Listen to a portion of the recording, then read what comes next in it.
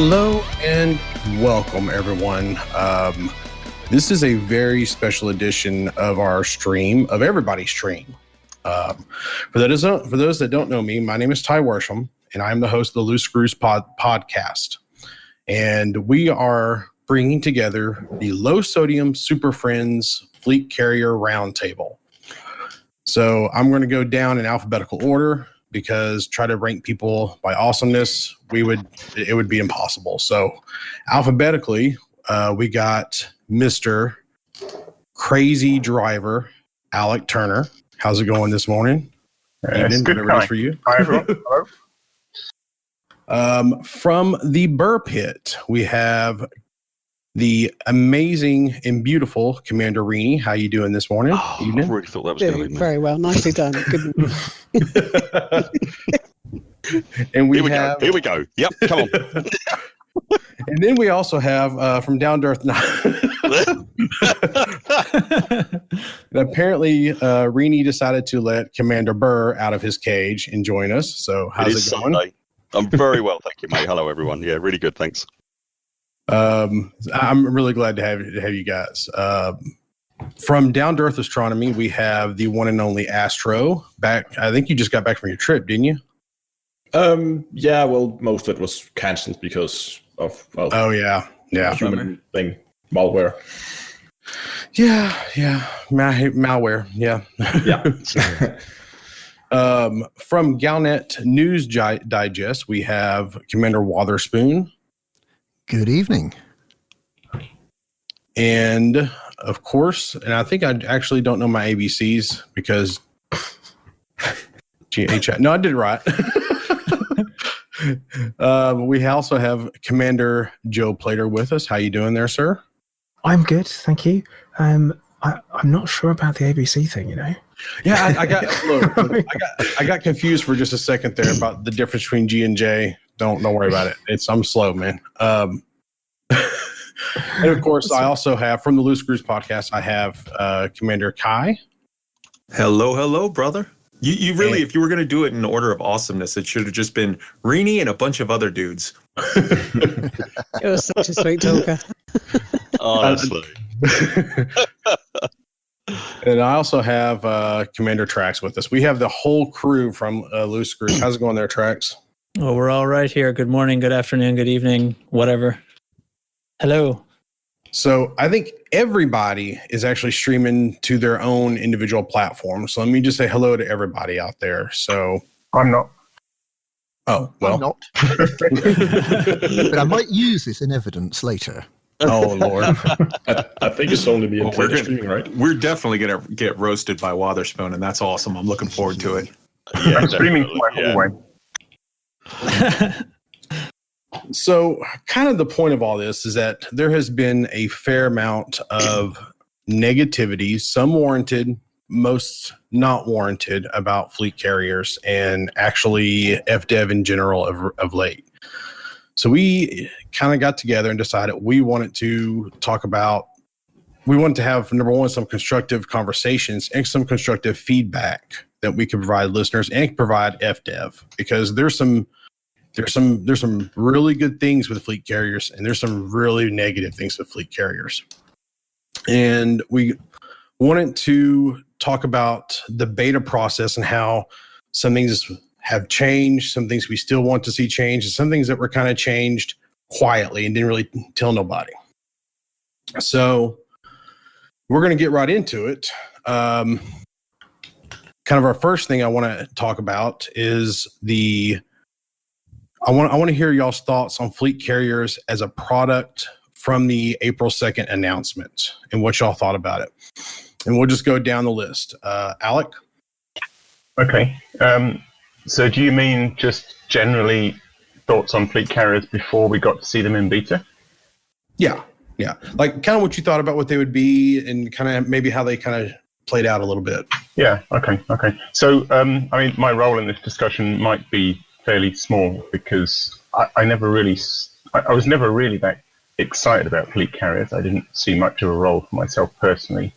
I guess I obviously imagined that they would be a big ship that would carry your fleet, that you'd be able to move around. I kind of one of the people that liked the idea that they were a squadron thing and was kind of mildly, whatever. It seemed a shame that they made them personal. But yeah, I just thought they'd be a big ship that would carry people's fleets and you could move them around the galaxy. So in that regard, that's exactly what we got. Okay. Commander Burr, let's hear your thoughts. Overall, I suppose with the initial announcement, I was, generally speaking, I was quite pleased. They were, I guess, sort of about what I was expecting, rather than if I had all the money in the world and all the time to spend it, what I would have liked.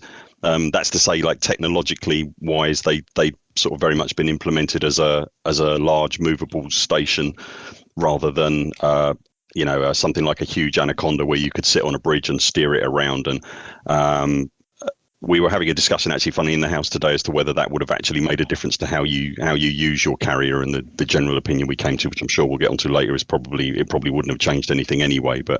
And also, I just think trying to implement something like that would have just been horrendously expensive. But with the initial announcement, I was, generally speaking, I was very pleased. Although the decommissioning issue did give me a moment of pause, I have to say, quite uncomfortable pause as well. Well, let's go to Commander Rini. Without understanding them an awful lot, because I'm new to the game, probably one of the newer ones to the game, so I didn't have much history with Fleet Carrier. I was glad to see some content.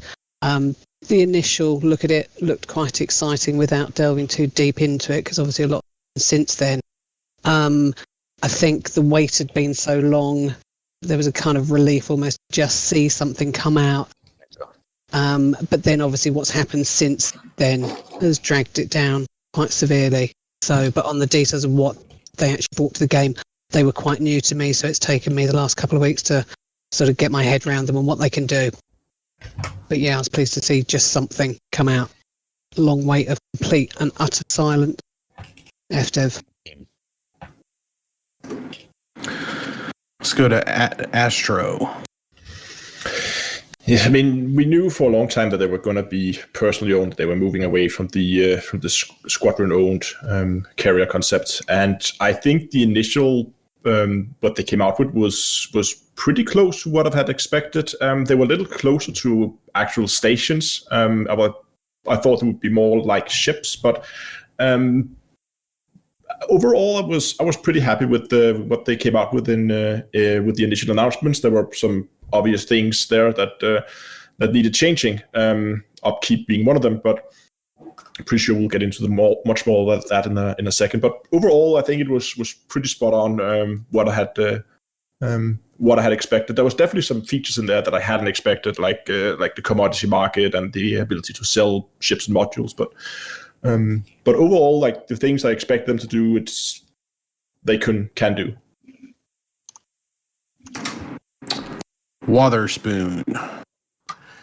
Well, I suppose I like to sort of think of it kind of holistically, that these things have been 2.5 years in the brewing, and they were announced way, way, way back in October 2017 at Frontier Expo 2017 by Sandros and Marco as a little nice add-on to Squadrons.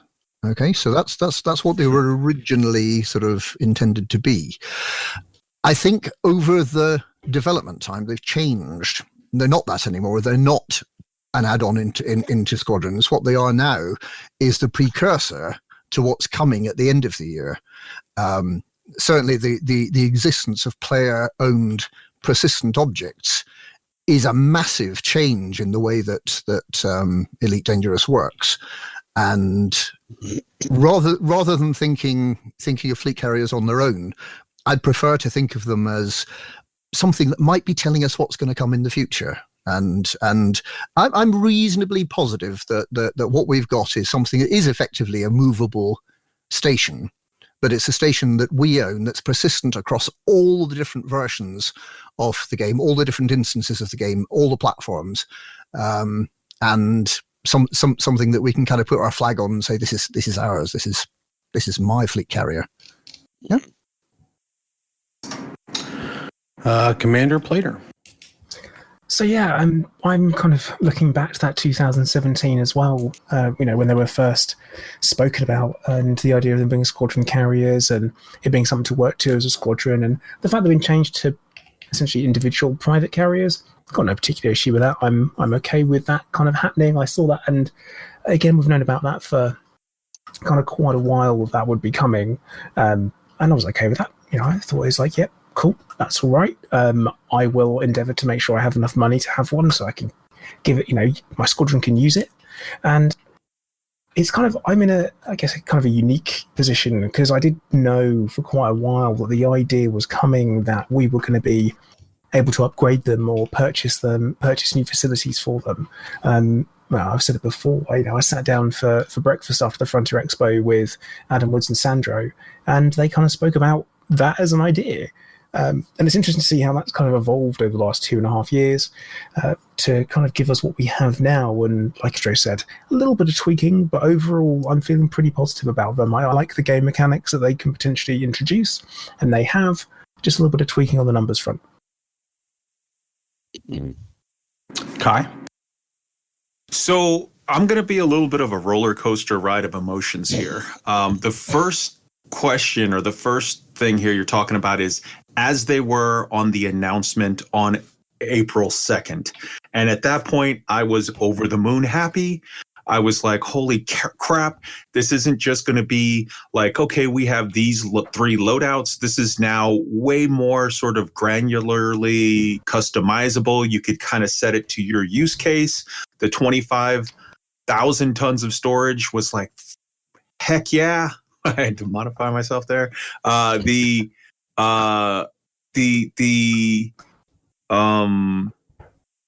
player trading, I was super excited about, and everything was huge thumbs up as of April 2nd. We're going to get to a little bit of a downturn in my feelings on the next question.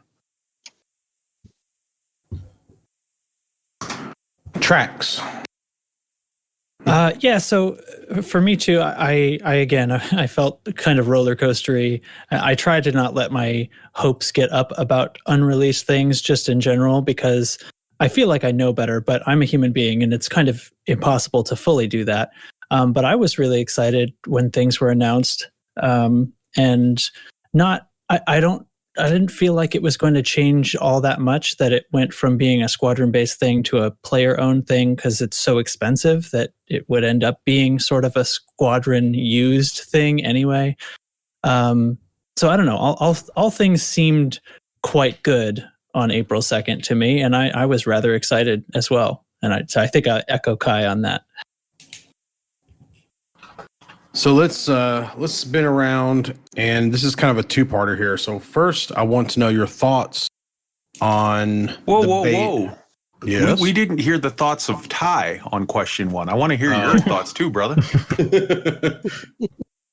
Well, I mean, I've been excited about fleet carriers ever since they were squadron carriers, and I the only thing that was kind of out there for me was, I mean, you can go back and listen to other episodes of my podcast and hear my idea was to fly one out and then take my vet, do exploring, and then jump another 500 light years, do exploring in a 500 light year bubble, and keep doing that over and over again. In your vet? Yes, from my fleet carrier in my vet, because I've done exploring in my vet and it's a freaking nightmare. But anyway, but I love my vet. But anyway, so if we let's fast forward a little bit to your thoughts on beta week 1. So I want to hear your thoughts, and I want to hear the state that they were in as of week 1. Would you buy one? And we will start with Alec. Okay, cool. So, the initial price, I mean, 5 billion, I haven't got that. I did try for a couple of weeks leading up to beta to try and get that. I don't think I'm going to get it. We might find a way of borrowing it from someone. So I tried the beta totally as a kind of customer to a fleet carrier rather than owning one.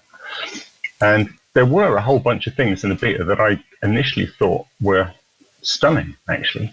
The visuals of the jump sequence I thought was stunning. I thought it was amazing that you could get to the other end and see a ship arrive. That was unexpected. I thought the audio was sensational. You know, the whole thing of being in a jump sequence when you're down in the hangar and you can't even see where you're going. That works surprisingly well. I found that incredibly atmospheric, even though I love that bit. Yeah. Yeah, I do too. I thought it was surprisingly atmospheric, actually. I tell you one thing that did also stun me in the beta was the sheer number of fleet carriers. I just didn't realize. I genuinely didn't realize how rich the community were. You know, I went to Buran in the beta, and I think where did they start out? I forget where they started. One of the other. There was a few systems. We bought ours in DSO, and right, yeah, DSO. You know, there was over 125 fleet carriers in Buran. Whoa. And I did think that was a bit dark, but it was also, that amazed me how many fleet carriers there were. But I guess the one thing that you guys are going to talk a lot about, which is like the reaction to the upkeep costs and just how ludicrous they were. I didn't pick up on that at all when I was playing the beta. It was only later when I started seeing, you know, the videos from all you guys and Obsidian Ant and the reaction on the forum come in. So that was all. I didn't get that firsthand. It was only secondhand. I thought, oh wow, okay, people seem pretty unhappy with some of this stuff. But so my first reaction to what I saw in the beta was pretty good, actually, I have to say. Yes. Sorry, mate, go on. I was just going to say burr pit. Yeah. So I'd echo what Alex said. Like I say, we bought ours in DSO, and I think by about mid-morning, you could walk from the central star in DSO to the outer planets if you wanted to. There were that many. We actually took screenshots of it. It was that insane. I'd love to see the metrics actually that obviously Frontier exclusively have access to as to how many people picked up the game again as a result of that beta, or how many people sort of, you know, carried on. But jumped into the beta. But as a product right out the gate, I was interested in them based on what we'd seen on the live stream that Stephen Benedetti hosted. When they got into the game, as I say, the decommissioning issue had given me a moment of pause for sure. But the actual upkeep costs when they got into the game were spectacularly, ludicrously ridiculous. Personally, and had they shipped in that state, there's absolutely no way I would have got one. No way in heaven or hell would I have even considered it, because there's no way I could keep up with that kind of upkeep.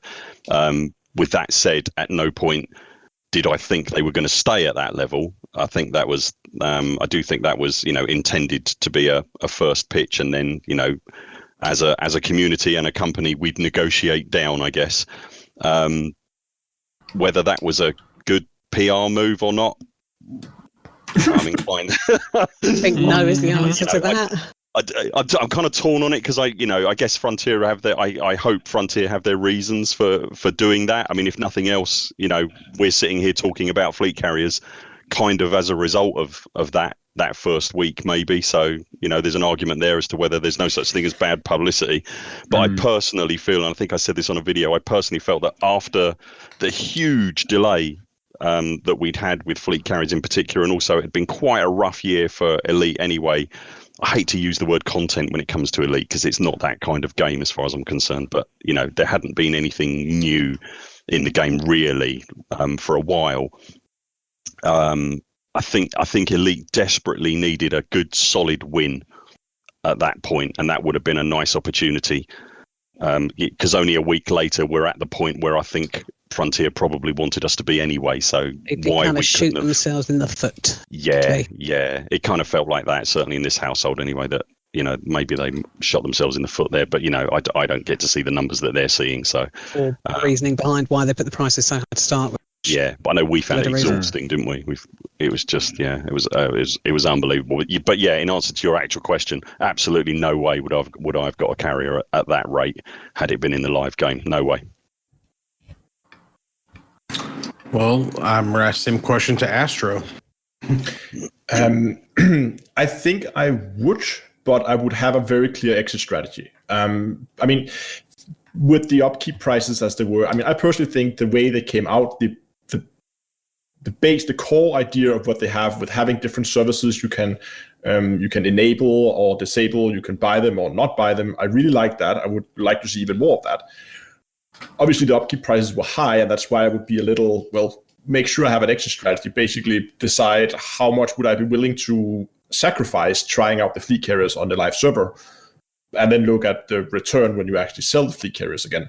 Because they can turn a profit, I think. But whether you can turn a profit with that kind of upkeep, that's probably more difficult. I don't know, but I would definitely give it a go. So I think, yes, I would have bought a fleet carrier, but I would have had a clear plan to how to get rid of it again and how long I was going to keep trying to make it turn a profit before I would sell it again. Hey, Alec, you had something you wanted to interject after Burr? Yeah, just to chip in really, because I guess it'll come up again and again, but Burr mentioned the bad PR of it, and I'm sure a lot of other people were as well. And I was reflecting on that and thinking that actually, okay, so this is because, this is our salt-free stream, so I'm trying to look for positive ways to view these things. Firstly, a beta isn't a PR exercise. A beta is a testing exercise. I know it obviously has a PR effect, but I think I'm right in saying that first and foremost, a beta is a way of testing stuff to see if it works, if the numbers are going to work, and secondly, maybe a PR exercise. So if we think of it in that light, and if you're going to release a beta and you want to set some prices and you want to set some costs, if you set them too low, you're not going to get a lot of people, or the same number of people going, oh, these are too low, I wish it was more expensive. You're not going to get accurate, useful feedback, I think. And So I just slightly wonder, and this is obviously, this is a very rose-tinted view of Frontier, whether Frontier fell on their own sword with this and deliberately set the prices high to get the best results they could from the beta feedback, even though they knew initially it would be bad PR. Did they think ahead? Did they think? Yeah. No. That's a point. Because by setting them high, they get such strong feedback about how exactly. Oh, really? I've not noticed. Yeah, right. they get the most feedback they have, and I think it was on your stream there where I think Bruce was saying, you asked him, what do you think about all the feedback? Kind of expect the grimace, and he said it's great. It's way better than no feedback at all. So anyway, that was just what I wanted to chip in, is to say maybe the beta isn't a PR exercise, and maybe setting the prices high was the best way to get the best numbers that they needed. Point. Yeah. Well, let's go to Plater, and we'll come back to Wotherspoon. I just say with the whole kind of the state that they released in, I initially would say no, I wouldn't buy them.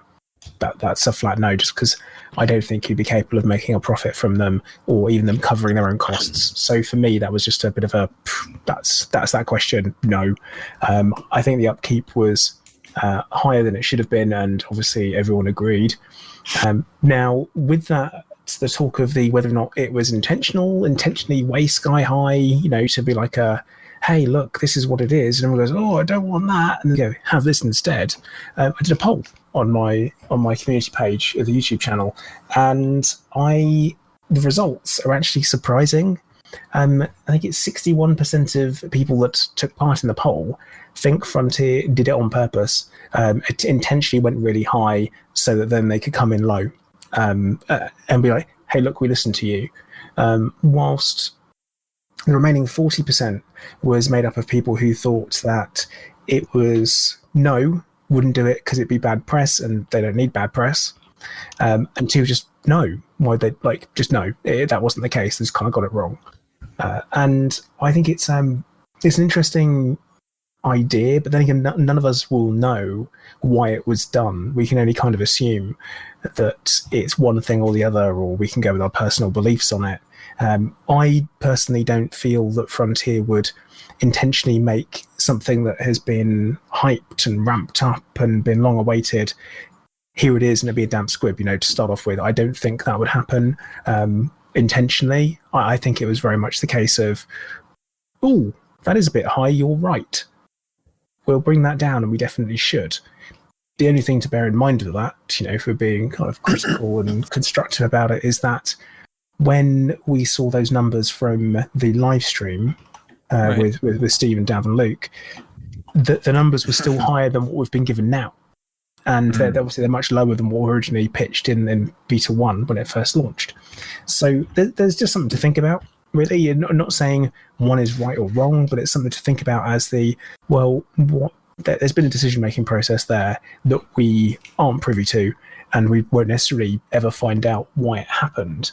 But we can look at kind of what we have going forward and that changes have been listened to. I think that's the important thing.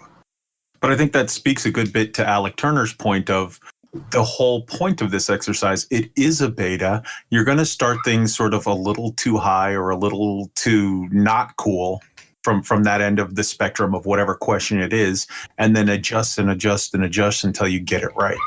And if I can chip in on that, a little too high doesn't quite cut it, because if it's just if it's just slightly too high, people might accept it. It needs to be quite a lot too high for people to then say, "Whoa, that's too high." So it's tricky. I don't know if they did that or not. But. It's a point. It's definitely a valid viewpoint. I was wondering at some point if they basically sat down and said, okay, we're not going to look at how much it's going to cost in terms of numbers. They're going to decide on a number of play hours in order to keep a fleet carrier running. So I was considering if they were basically saying, well, we want people to spend 1-2 hours a week, and that should be able to keep a fleet carrier running. And then they were looking at mining and say, oh, but people are making up to 200 million per hour, so we can easily put it at 150 per week, because that's just an hour of mining, and then people should be good to go. I don't know if it's that train of thought, but I find it unlikely that they would look solely on mining, but it just popped into my head a few days ago when I was thinking about it, and I'm not sure, but it could have been one way to look at it, rather than looking at specific prices, then look at playtime. Yeah. So if we look at some of the other things that Frontier got wrong in the past, the mass of the Anaconda's hull is set way too low, and there's no way on earth they can ever move it back up again. The AFMU has zero mass. There's no way they can ever fix that. They got a lot of kickback when they sort of balanced the Mamba down after the beta, didn't they? Last beta. So these are all places where things were set too low to start with.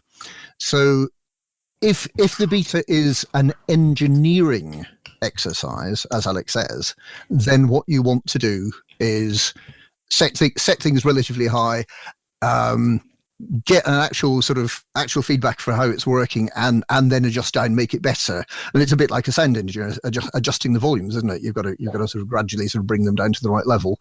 I suspect that Frontier probably didn't think about the possible PR sort of level of it. To me, the running costs in the beta was just a detail. Yeah, exactly.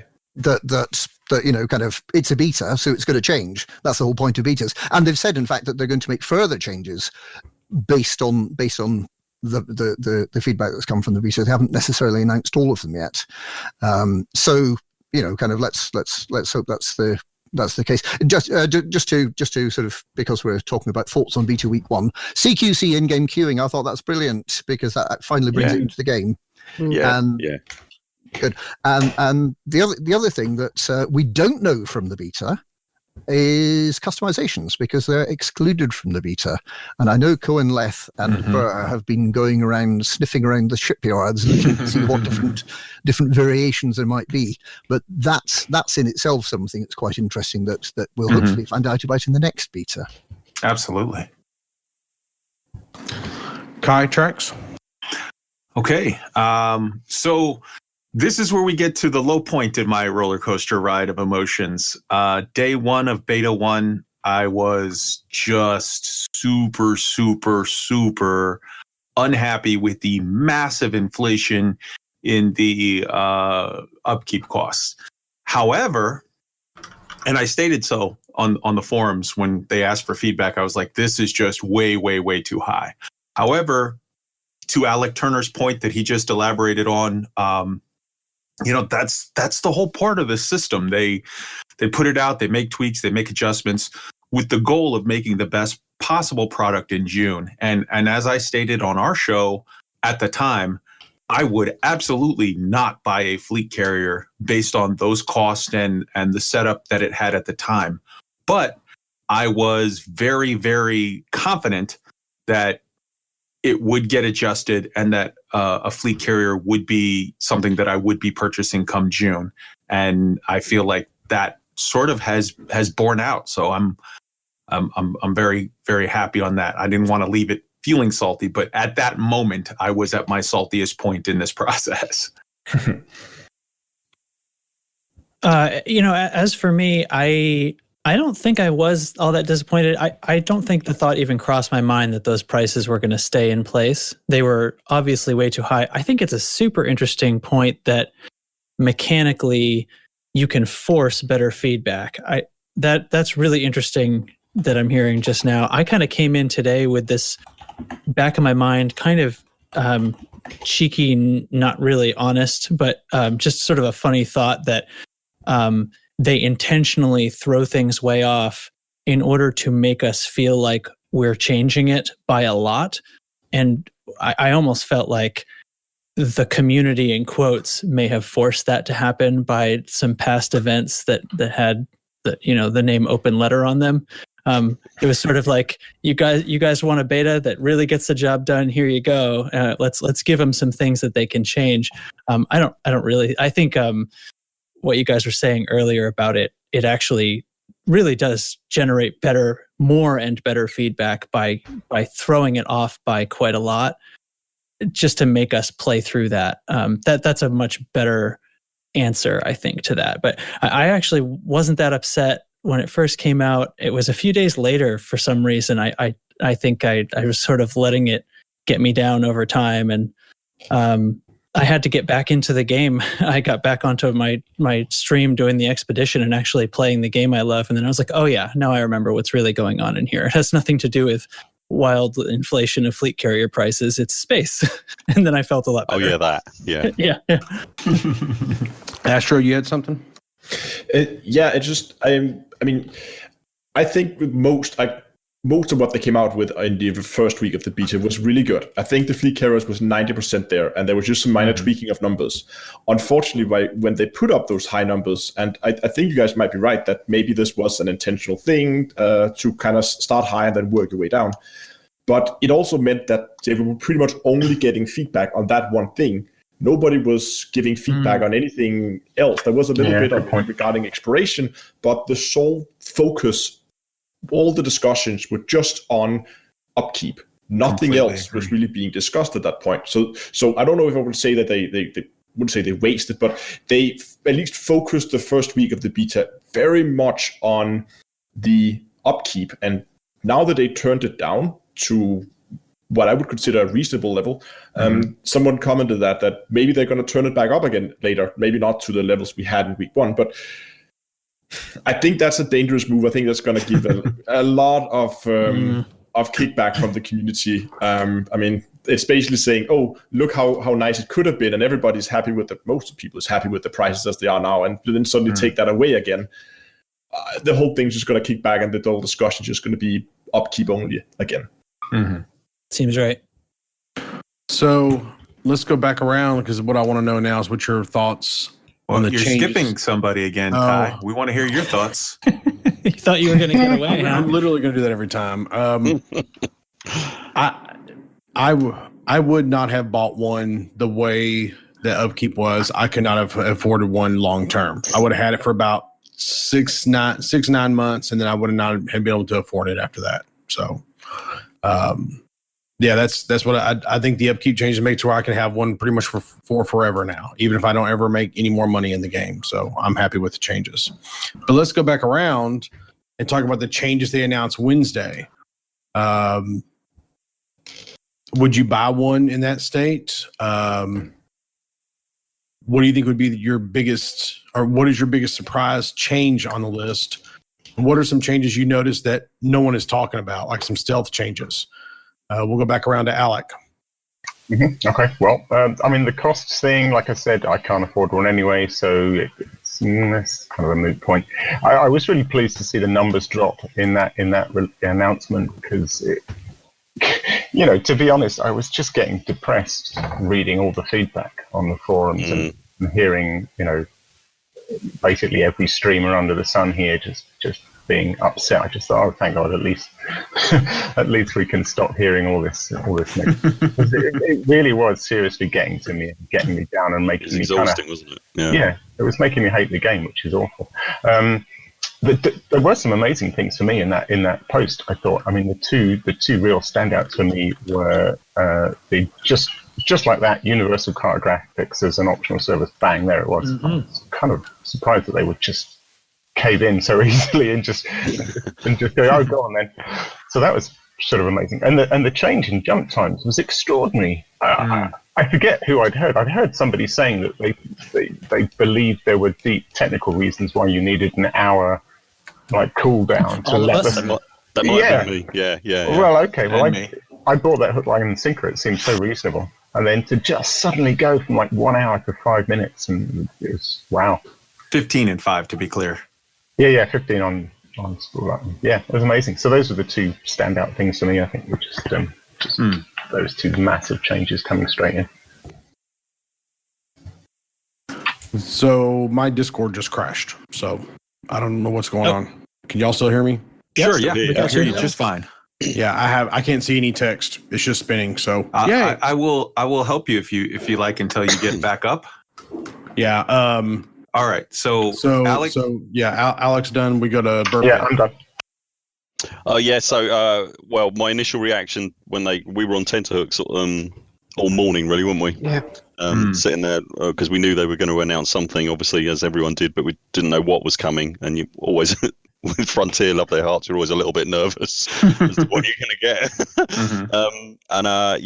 When they first announced it, we took a real quick run through, and there were numbers like 80%, 90% reductions being dropped into the forum post all over the place. And my initial reaction was I PM'd Stephen Benedetti and Bruce and called them cheeky little sausages because it was just the numbers just blew me out of my chair. They were without any kind of serious practical experience of those numbers at that point. I was very, very pleased to see that they'd gone. I was terrified, I suppose, that we were going to get 10% reductions and things like that all over the place. There were going to be little tweaks and whatever, and it would have been hard to defend that, I think, to say the least. So so when I saw that, I was very, very pleased. I think we both kind of said that it was kind of critical what they did. That was their real critical move. It was one thing what came out on week 1, but what they then did to address the community concerns after that was really, really crucial. And I think we kind of felt that at least they did nail that and appropriately react. But I have to say, I do agree with Alec. I think the roller coaster of absolute, salt that came out the first week, it was just exhausting. And I think I would have rather not gone through it quite so severely. Yeah. But ultimately pleased that at least they did seem to get it right on that announcement, because if they hadn't got it right on that one, then it would have been fun. It would have been tough. It would have been very tough. Yeah. I mean, certainly, as far as sort of, would I buy one in the state that they're in at the moment? Absolutely, I'll be buying one. Yeah, I do still think they've got some tweaks to be made, and there's still some work to be done, which is obviously what Beta 2's all about. And I think Ree, you're kind of at the point where you're sort of considering picking one up as well, aren't you? They're moving in the right direction, but they still change. I mean, for Ree to be turning round, because for Ree plays the game in a very, very different way to everybody else. For Ree to be turning around and going, actually, I think I might have a carrier, because you can find some use for one, can't you? We think anyway. Yeah, so, nice. And also, I think she saw pink engine trails as well, which might have been a big selling point. So, All green. Yeah. So I mean, certainly in the state that they're in at the moment, absolutely, I would buy one. I still think there's some work to be done. As I said, I'm not a massive fan of the decommissioning issue. I'm sure we'll come on to that later. The biggest surprise, I think, other than sort of Frontier had stepped up with a great big knife and gone, there you go. The biggest surprise in all the changes for me we literally left my chin on the floor was the jump timer issue. I know, as Alex said, that was, if anything, I think they might have got a bit too far. Yeah, we can't say. I don't want to seem ungrateful or anything, but what are you doing? that really blew me away. What is it, like a 15-minute wind up and a 5-minute cool down, something like that at the moment? Yeah. Burr, when you go to the ATM machine to take out $30 and it spits out $300, just take it and walk away Just quickly. shut up. Yeah, just shut up and walk away. Enough said. So I mean, certainly, from a completely selfish point of view, when it comes to filming and things like that, which is obviously what we spend a lot of our time doing, that's brilliant. It's because we could just film carriers jumping in and out all day. So that was a massive surprise. I was really pleased to see that, and also just the fact that it was an opportunity for, and maybe that's why they did it, as we said earlier on. I don't know, but it was an opportunity for FDev to go, okay, we're listening. Here you go. So that was a nice surprise. I don't think I really noticed any stealth fixes. I'm not a notice detail kind of guy. You did. I did. You mentioned one earlier, just 20 minutes ago when we were talking. Yeah, but cover it. My old man addled brain, I'm not sure if I'm right, but it feels like when you're transferring money between yourself and the carrier, when you use the button to go up or down. See, I didn't even notice there's a billion button, isn't there? But I didn't even notice that. But when you use the plus and minus, it feels like that accelerates a lot quicker. So you can get money into the carrier a lot quicker, and consequently out of the carrier a lot quicker. But that was a. I think I saw that, but I could be wrong. If anyone else has seen that, I'd be interested to know if they think they saw that. But yeah, you did. So yeah. Astro, what you think, man?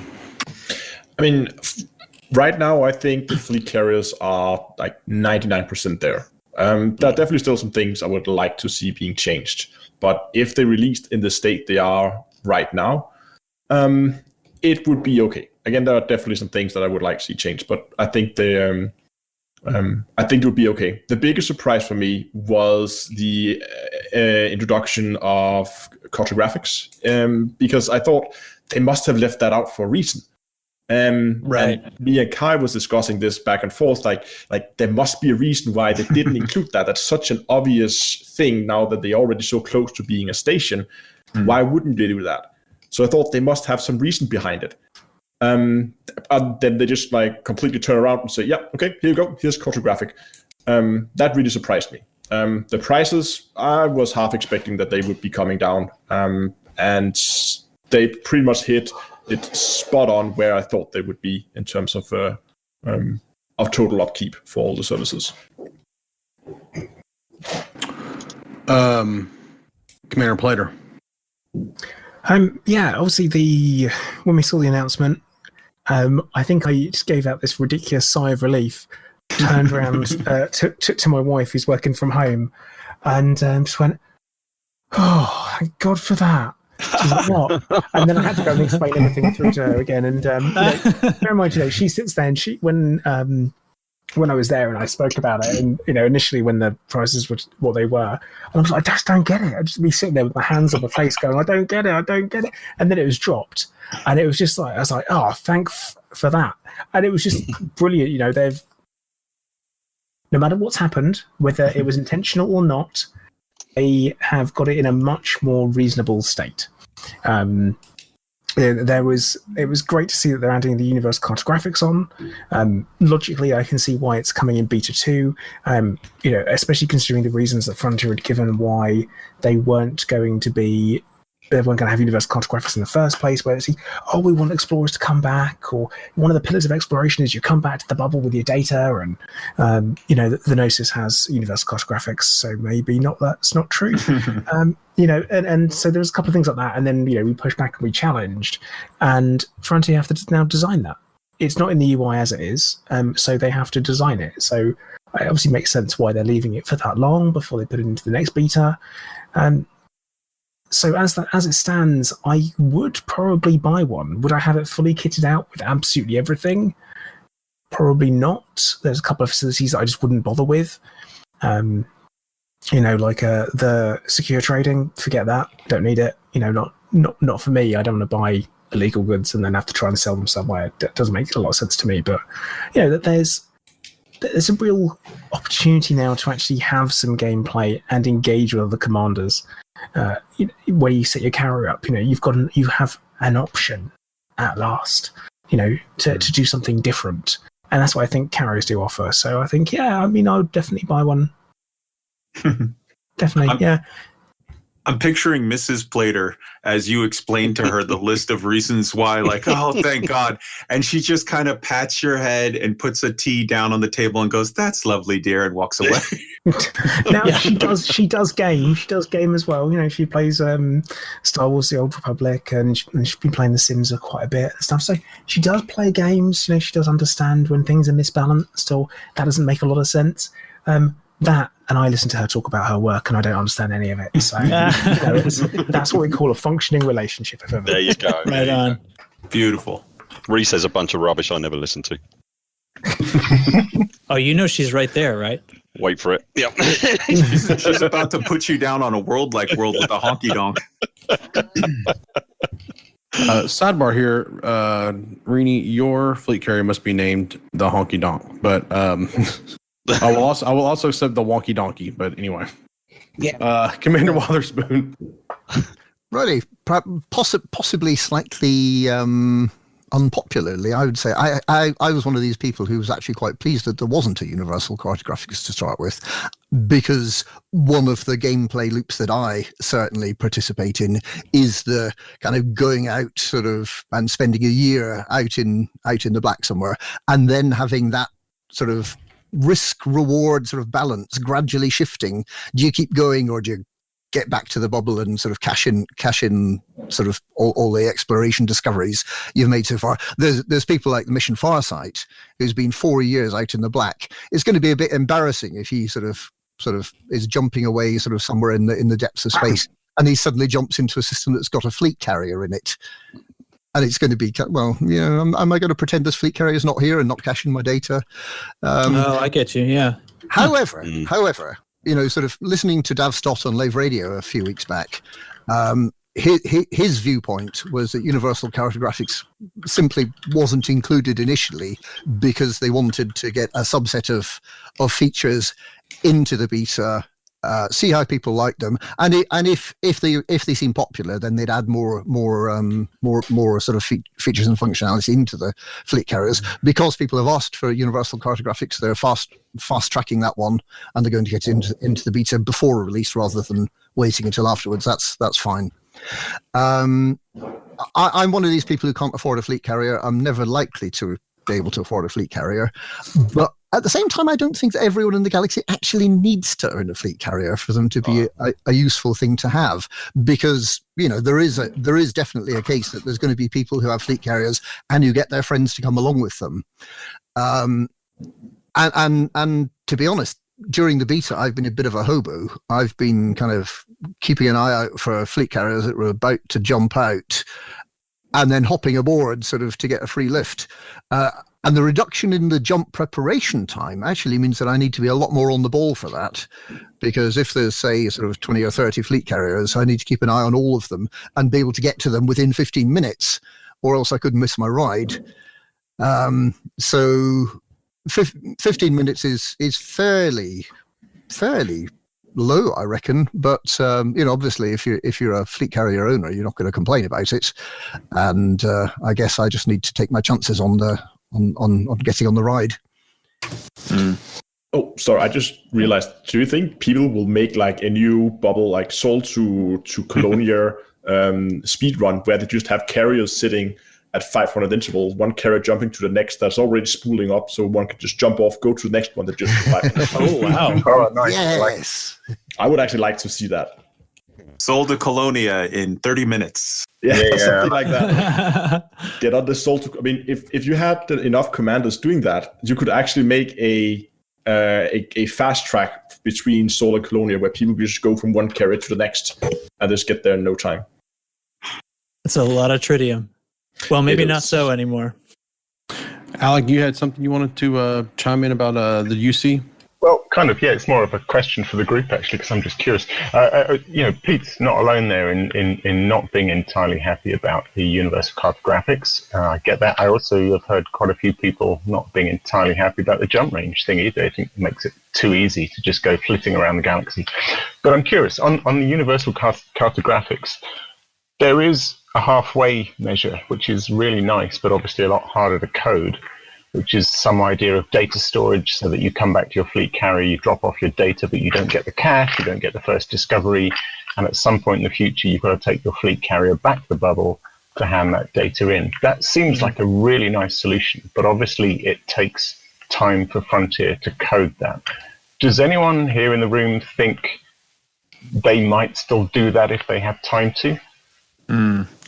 I would love to see that happen just myself, because I think it would be it would kind of be a neat thing where you can like add a level of gameplay for those people like Wotherspoon who say like, I don't want to do it this way. That adds sort of a tool that they can choose to use or choose not to use as just a sort of a backup and then whatever. But that's a lot more work on Frontier to do.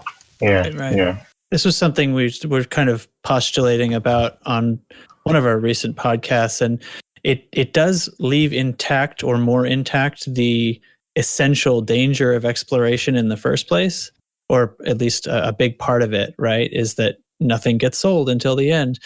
And deleting that is kind of questionable. I agree. And storing the data might be a better way to do that. But yeah, it is coding where otherwise no coding would be needed, right? It's universal cartographics as it stands already exists. So I don't know. Hard to say. I don't really know what it's like over there in that office. Astro?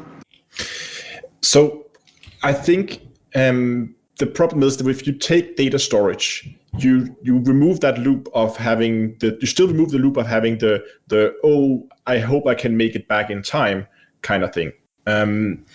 Because I'll make it back without getting my ship destroyed, because it's stored on a fleet carrier where it's a lot more safe, because you're not going to randomly crash your fleet carrier into the side of a planet. And also that, how would you then make that work in a multiplayer setup? I mean, if it's sensible for the owner can come, they can store data. But what if I come as a visitor to a fleet carrier somewhere out in the middle of nowhere?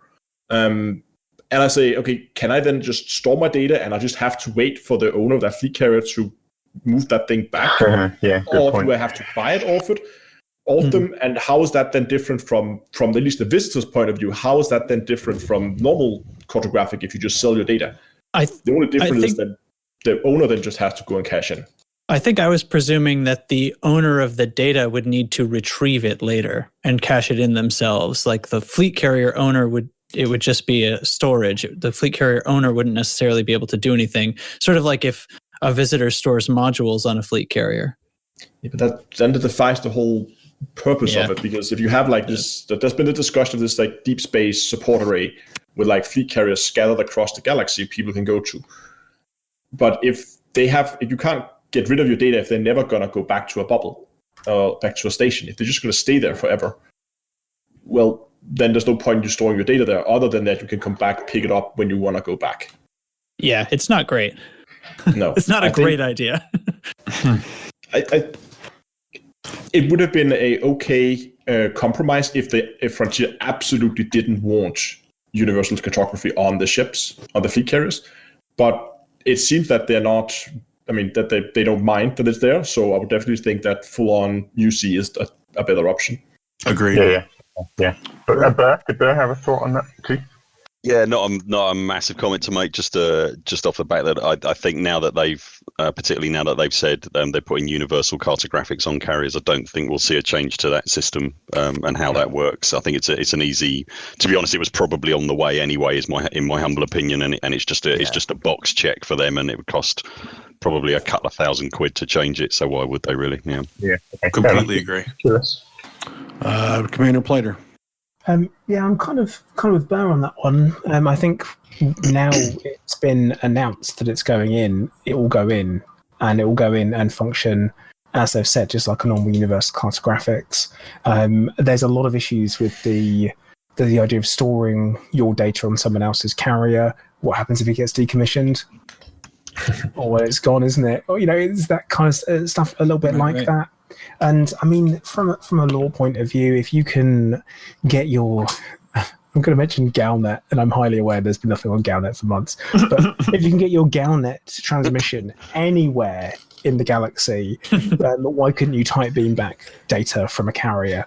If you wanted to justify it yourself, you're like, oh yeah, we'll do that then. Just like, laser comm, straight fire, jump. Yeah, but we obviously can do that. So I think that's my kind of thoughts on that. But yeah, I don't see it changing. I do see it as initially they wanted people to come back, and everyone's like, how can explorers upkeep a carrier out when they're exploring without preloading? The answer is, well, no, they couldn't. So now at least there's that option. Kind of from my point of view, I think that there wasn't much for explorers without a UC or for fleet carriers. And I think that I don't know what else you could have added to the fleet carrier to make them useful for exploration. Now, kind of that being said, and I'm going to steal your thunder a little bit here, Bird, you just linked a picture of the, what is this, the DSSA, how they're going to put fleet carriers all over in every sector of the galaxy. Is that right? That's right. It's the FleetCom guys that are working on that. Yeah. Mm-hmm.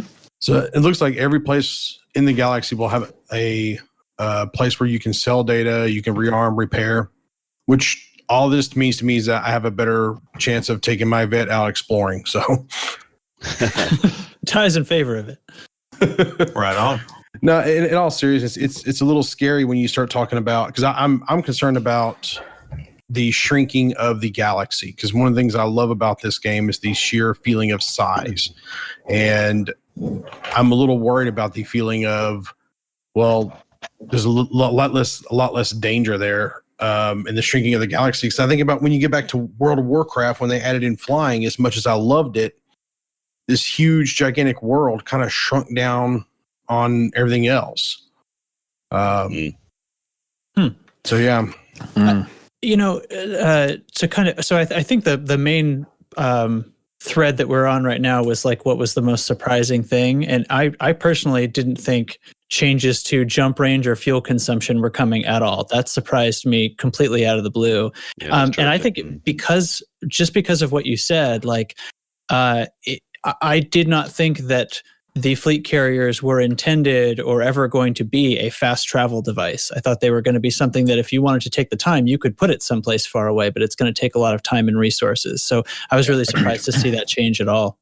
No, I completely agree with that. And on Ty's point of sort of the world shrinking, this is not World of Warcraft where you have 45 zones and now you can kind of move about them without sort of any repercussions or whatever. There are 420 whatever billion zones or whatever to deal with here. This is not fast travel. This is just the ability to support you where you go. Even still with the changes, you still feel that way. 100%. Because you had something? Yeah, all I was going to say was a couple of things really. I don't think the I hear you on the universe or the galaxy shrinking thing. I know carriers have got a massive range on them, but my gut feeling is that the actual act of having to move them and then fill them up and then move them and then fill them up and then paying for it, I think. Again, it's a gut feeling, but I just think that'll just be too much of a pain when you can just jump into your Anaconda and go boom, boom, boom, boom, boom, boom. Oh, right, that's the thing I wanted to look at. I don't know. I'm not an explorer at heart. So, and the other point I was going to make was great, but I can't remember it. So, well, good point then. Yeah. Kai, I cut you off due to lag issue. You want to hop back in? Sorry, man. No worries. Just like I said, so it would be different if every time you jumped in your fleet carrier every 20 minutes, they said like, well, your fleet carrier has a special observation array, and every zone within, 50 light years in every direction, it just sort of mapped it out or whatever. That would be shrinking the galaxy for sure. And that would really, really, really make me unhappy as a player of the game. But as it stands now, you're not having any, you can jump, you can set your fleet carrier, well, we'll get to this in a minute, but you could theoretically, once they get that part fixed, set your fleet carrier and say, okay, I'm going to go to bed now and wake up and then go, to work. And then when I get home from work, my fleet carrier will be in Colonia.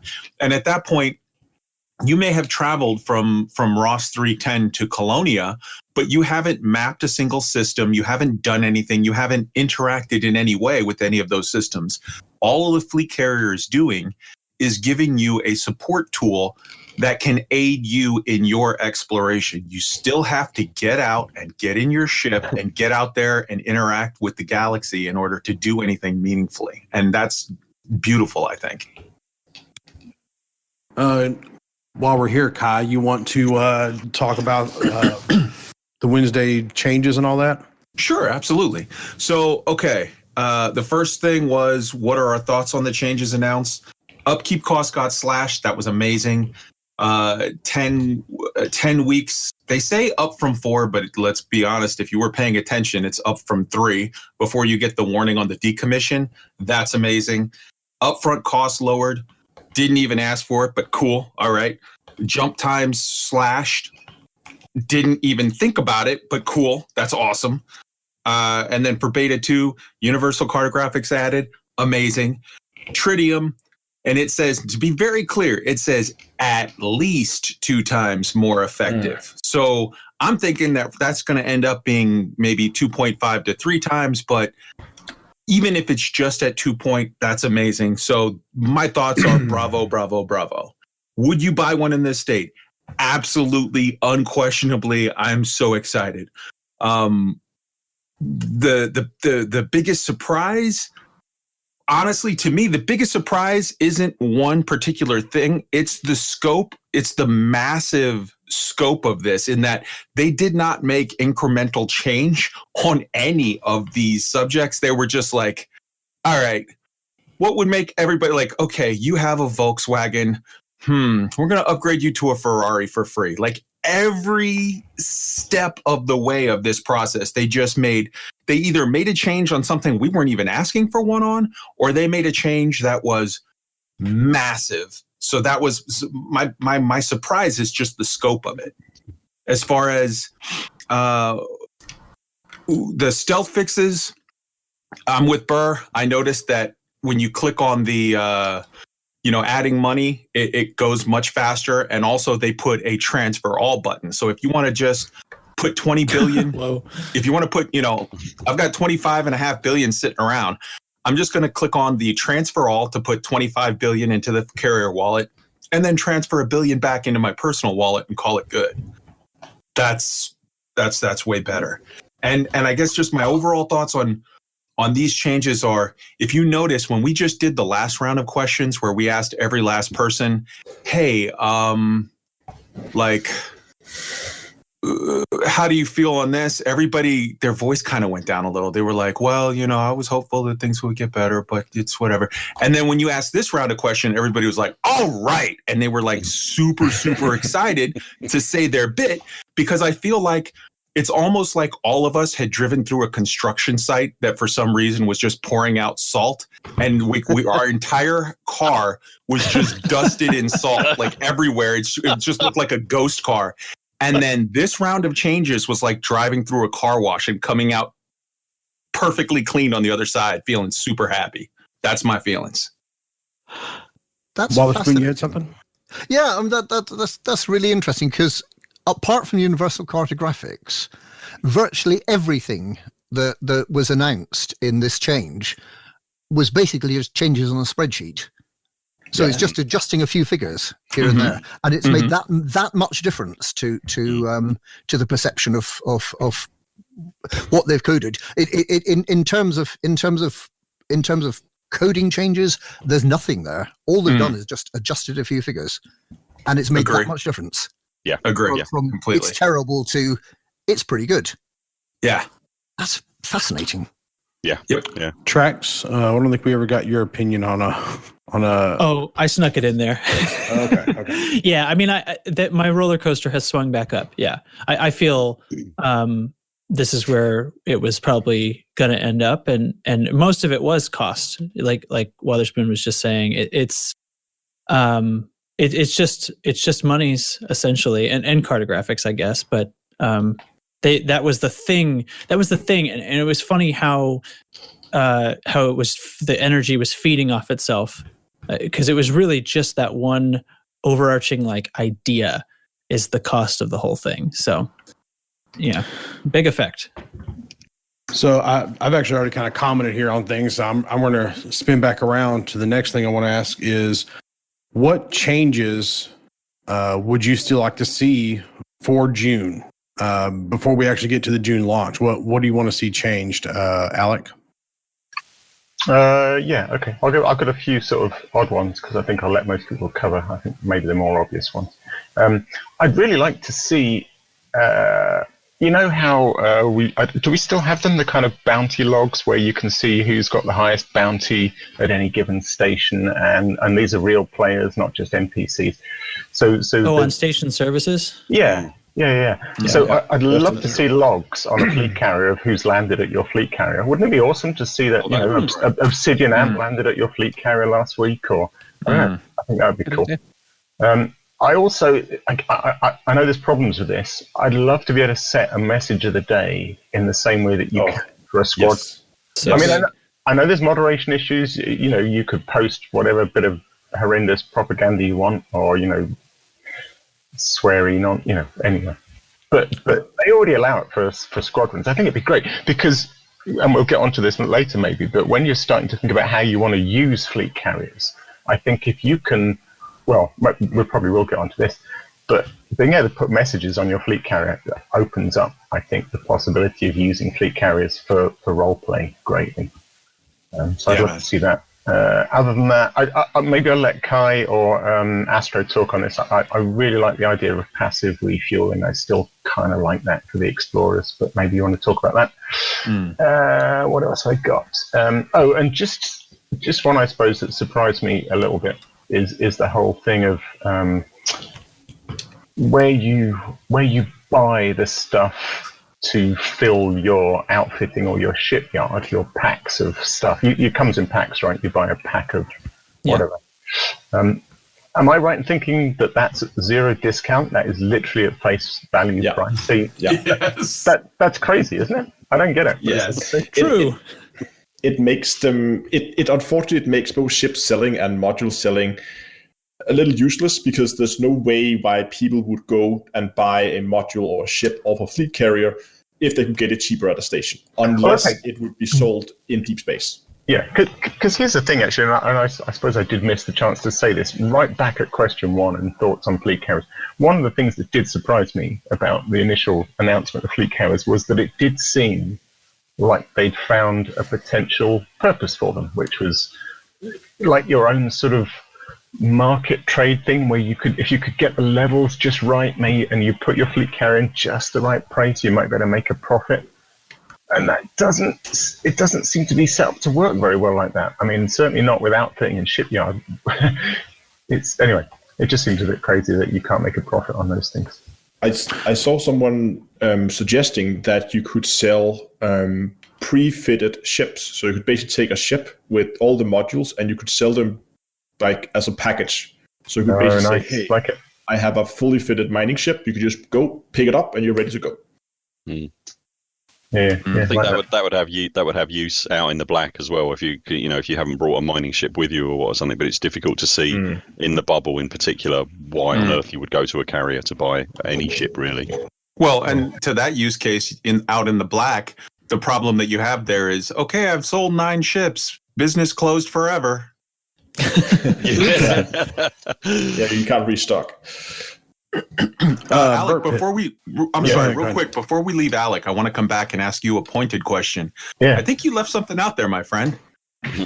Is there anything you would like to ask Frontier to put back onto the station services menu? Yeah. As a Okay. Bucketball Race Club person. Yeah. Okay, so I didn't say this one in the forums because there's about 1 million players who would go, it's fine. Yeah, so when they changed station services, they removed the clock and they removed the date from the station services screen. Now, I know we still have a clock in the top right-hand corner of the ship HUD, but often, and I have many, many screenshots that will show this, that's obscured either by bits of the cockpit or lighting from outside, and you literally cannot read it, or you can't read all of it. In order to do our races, we absolutely rely on that clock. You know, that is your start time, that is your finish time. If we don't have that clock on the HUD, on the station services, then it's going to be a pain in the ass. But I feel cheeky asking it because there's about 20 of us that care about that. If not at there's all. 20, that means you got to be louder about it. Not at all. because- That's why I wasn't going to let you. I wasn't going to let you go without Okay, addressing fair it. Yeah, You so- need the date stamp and time stamp Well, back on but- there, please. The date is less important. The only thing with the date is it stops people cheating at something like the Sagittarius A-Star run. But it would have to be a pretty elaborate cheat. So, but the time, please. Yeah, can we have the time back, please? All right, sorry. Burpit, changes you want to see before or with June?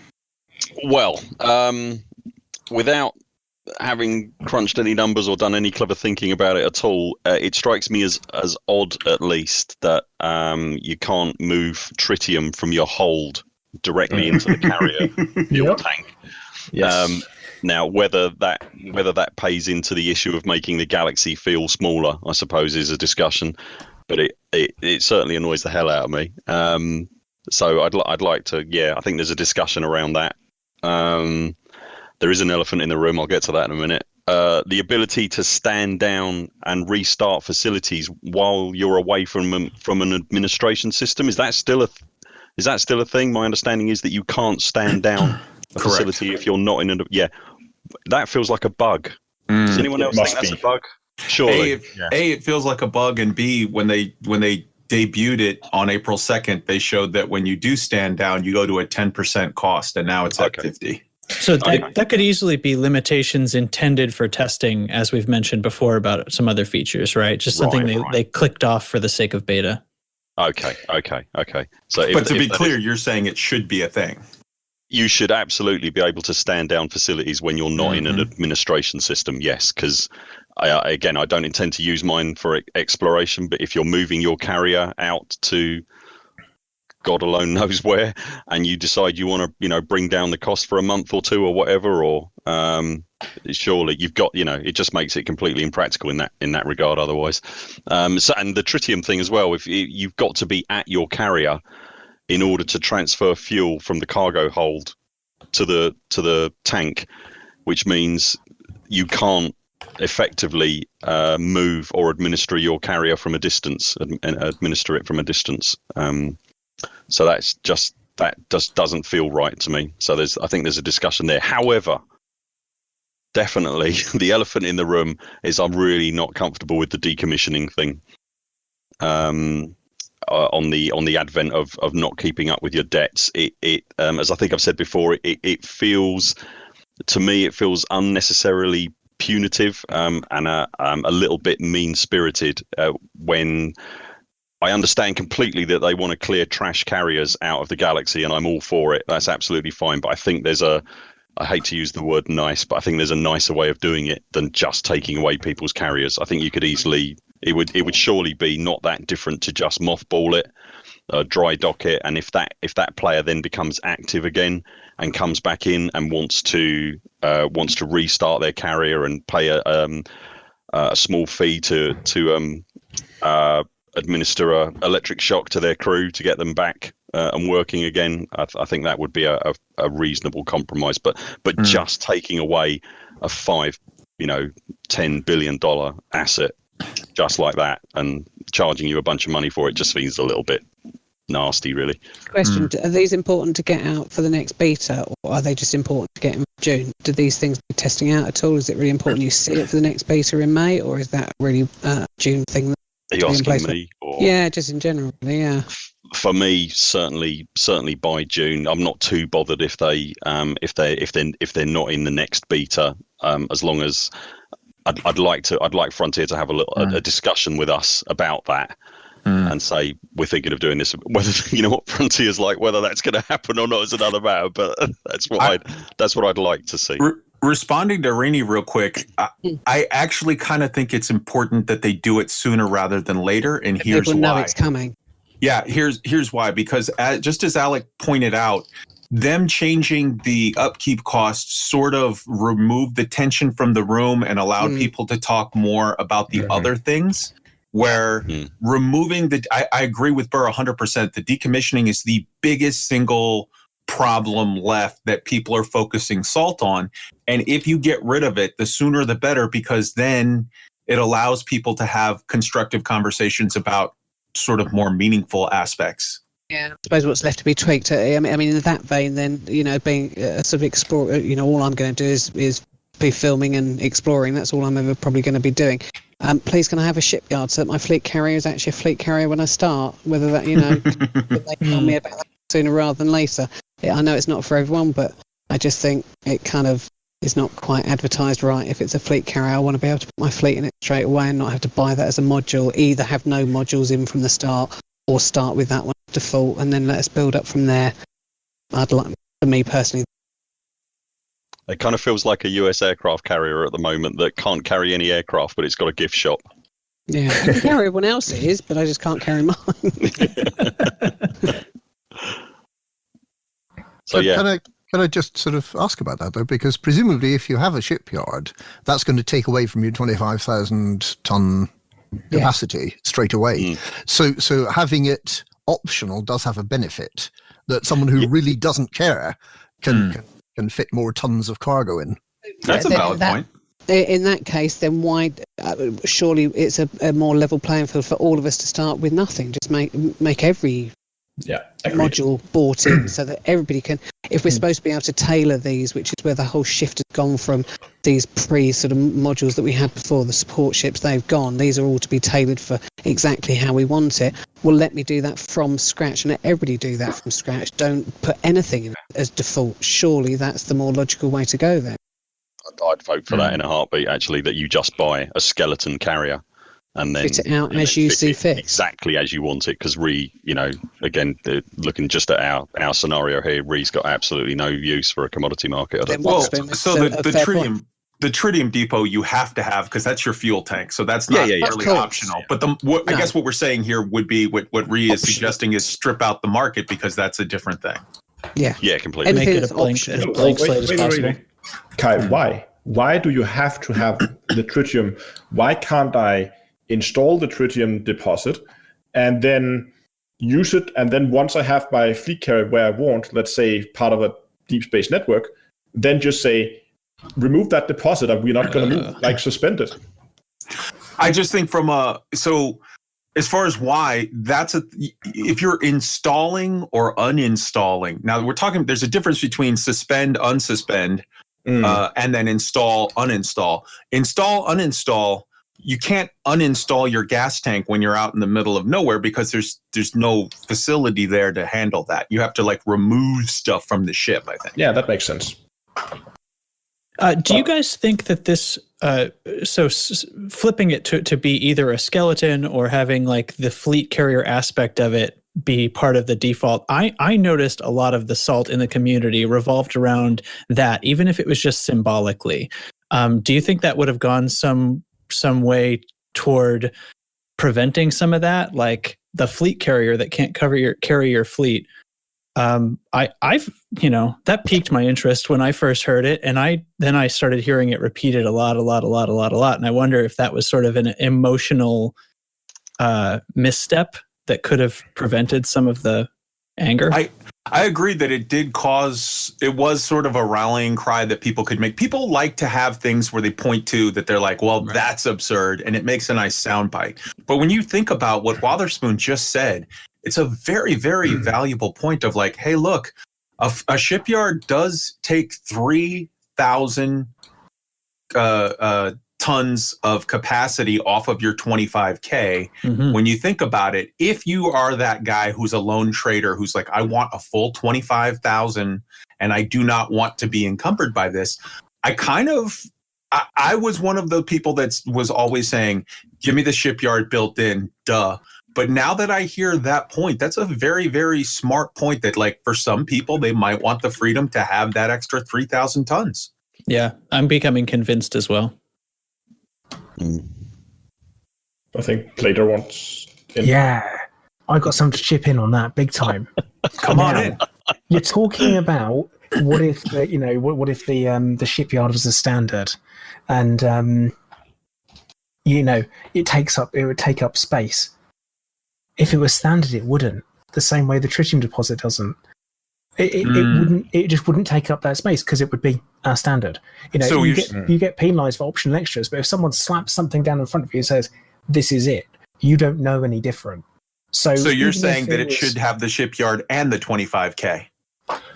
Yeah, because that sold. 25K is again an arbitrary number. The same way, even if they were to say, right, here you go, here it is, our standard, we put the shipyard in there, it now only does 22. You, sir, have just convinced me. Because at this point, if you said, now it has 22, we know that before it had 25. So there becomes a psychological problem. It's the same way that it's much easier to give people something for free than take something away. And that's kind of what would have to happen. So if it was to be standard, and honestly, I think that, you'd have maybe your shipyard as is, you can only store ships with it until you buy a stock. So it is just storage at that point. Yeah. So that's okay. I think that would be perfectly fine, and I think that would be the right direction to go for a quick and easy win, because again, it's numbers on a spreadsheet, which, as we know, Frontier are very capable of changing, and it's a very easy change for anyone to make. So I think that would be the correct direction to go with that. And I don't want to say any more about other changes I want to go for, because I know Astro is actually next. So Commander Plater for president. President of Fleet Carriers. I think actually, Rini, when you first, at least according to the chat. Quick, small point on that is something that we were discussing here, and I know that Burr's discussing on stream at the minute with his crowd, which we thought very much in Plater's camp, that you have a standard small shipyard that doesn't take anything out of your storage. Even if they did a sort of a smaller version that doesn't take anything out of your storage capacity, and then if you want a bigger one, then you start, perhaps that's an optional that you can have a bigger one, and that does take up space and use some of your storage up for. That was just something we were looking around here as well. Great. I think most of what they have done already with the services is absolutely wonderful. I love the idea of being able to enable or disable modules to customize the fleet carrier, and I just want more of it. As some of you guys have said, let's split up the shipyard so you have one for storage and one for selling. Do the same with modules, one for storing modules and one for selling. There is the whole decommission system. I think that's going to be a whole discussion on itself, but the only other major thing I have right now is around refueling. And the problem I see right now is that you are forcing explorers with a fleet carrier into a game loop that they might not enjoy. You are forcing explorers to go out and mine. If they want to move their fleet carrier, they have to fit a mining laser, and they have to go out and they have to go and mine themselves some fuel. And I'm never a fan of when you force players into a game loop that they might not enjoy. It's the same thing when people want to make mining more difficult and say there should be a bigger risk. And people then suggest, well, just add a lot of NPC pirates that will come after you all the time. And I've always been like, no, because then you're suddenly forcing combat into a mining game loop. If you want to make mining more difficult, well, make the rocks do more damage when they explode or something. I don't know. Find some chances of like hidden gas deposits. So when you mine, the whole rock is going to explode in your face. Force like that. That would be cool. It would add data really to cool. mining, but don't add another gameplay loop that people might not enjoy into an existing gameplay. And that's what they're doing right now with the fleet carriers for explorers, that they're forcing them out mining. So I would really like to see an alternative way, other than buying it on a station or mining. That's pretty much covers everybody in the bubble. But I would really like to see a third way to gather fuel. And I don't have necessarily the best or a very good solution. Me and Kai discussed it in Elite Week, I think last week, or was it this week? Last week, yeah. Where we discussed but could you have a service that would just say, well, if you park your carrier in the orbit around a planet with an ice ring, they will slowly gather fuel on its own. It's basically a service, you pay some money for it, and then it gathers fuel. Not as fast as if you went mining yourself. That would probably still have to be faster, but you could do it passively. You could passively regen your fuel and would allow explorers for another way to gather fuel. It's a good idea. Yeah, I have someone on Twitter saying passive refuel at neutron stars. Yeah, maybe. So you have to go and look for a neutron star in order to refuel. That could work too. Some way for explorers to get refueled their fleet carriers in a non-mining way, in a more explorer-friendly way. I think that would be really, really nice to see. Yeah, it's a really good idea. So someone in our chat's just said mining drones. That'd be quite cute as well. Yeah, exactly. Something that would consume some of your profit, or and just exactly. do it in the background. Not for nothing, but we are paying an entire fuel department. Right. Who's to say they can't hop in some god darn ships and go on out there and get some fuel? And what the hell am I paying you people for? This could be an optional setting too. We just postulated 2 sizes of shipyard. You could have 2 sizes of tritium centers, and one of them will passively mine. Maybe cost you a little more, but that's an option. Absolutely. You could buy. Yeah, great idea. Yeah, bravo. That would be really nice. We like. Yeah. Ty? Have we lost Ty? Ty? You're lighting up, but we're not hearing you. Okay, I'm going to take over real quick just until he comes back. Drop and come back, Ty. So looking at this, we just covered Astro, so we're on to Wotherspoon. Your thoughts? Hey. Have we covered yet the kind of edge case of people who perhaps, I don't know, work in the military or something and have to go away for periods of time? And not been mentioned yet. Well, so it was sort of touched upon tangentially by Burr when he said that we need to look at the decommissioning thing. Right. Your thoughts on that? Perhaps we need to discuss that at some point along the route. Because I kind of don't like the idea of the stasis that you've talked about, but I can see that there's a need for it. That, kind of sometimes, unfortunately, people just have lives where they can't be playing every week. And, you don't want to penalize people for, having real life and sort of not being able to come in and play the game every week. So the question is, how do you manage to get something in there that that's not going to kind of give an unfair advantage, kind of like you don't want to be able to say, okay, I'm putting my ship into stasis now, and then I'm going to leave it for three months and then wake it up again, and meanwhile be playing away sort of elsewhere in the game.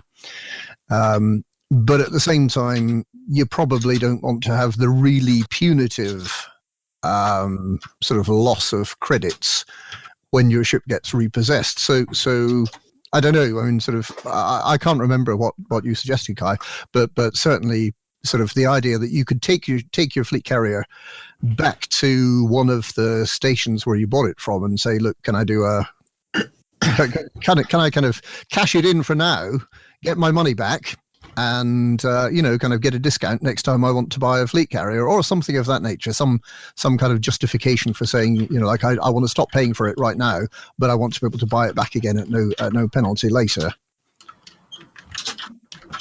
Okay, and there are lots of ways of achieving that. But can I also say something that really I'd like to see for the June launch?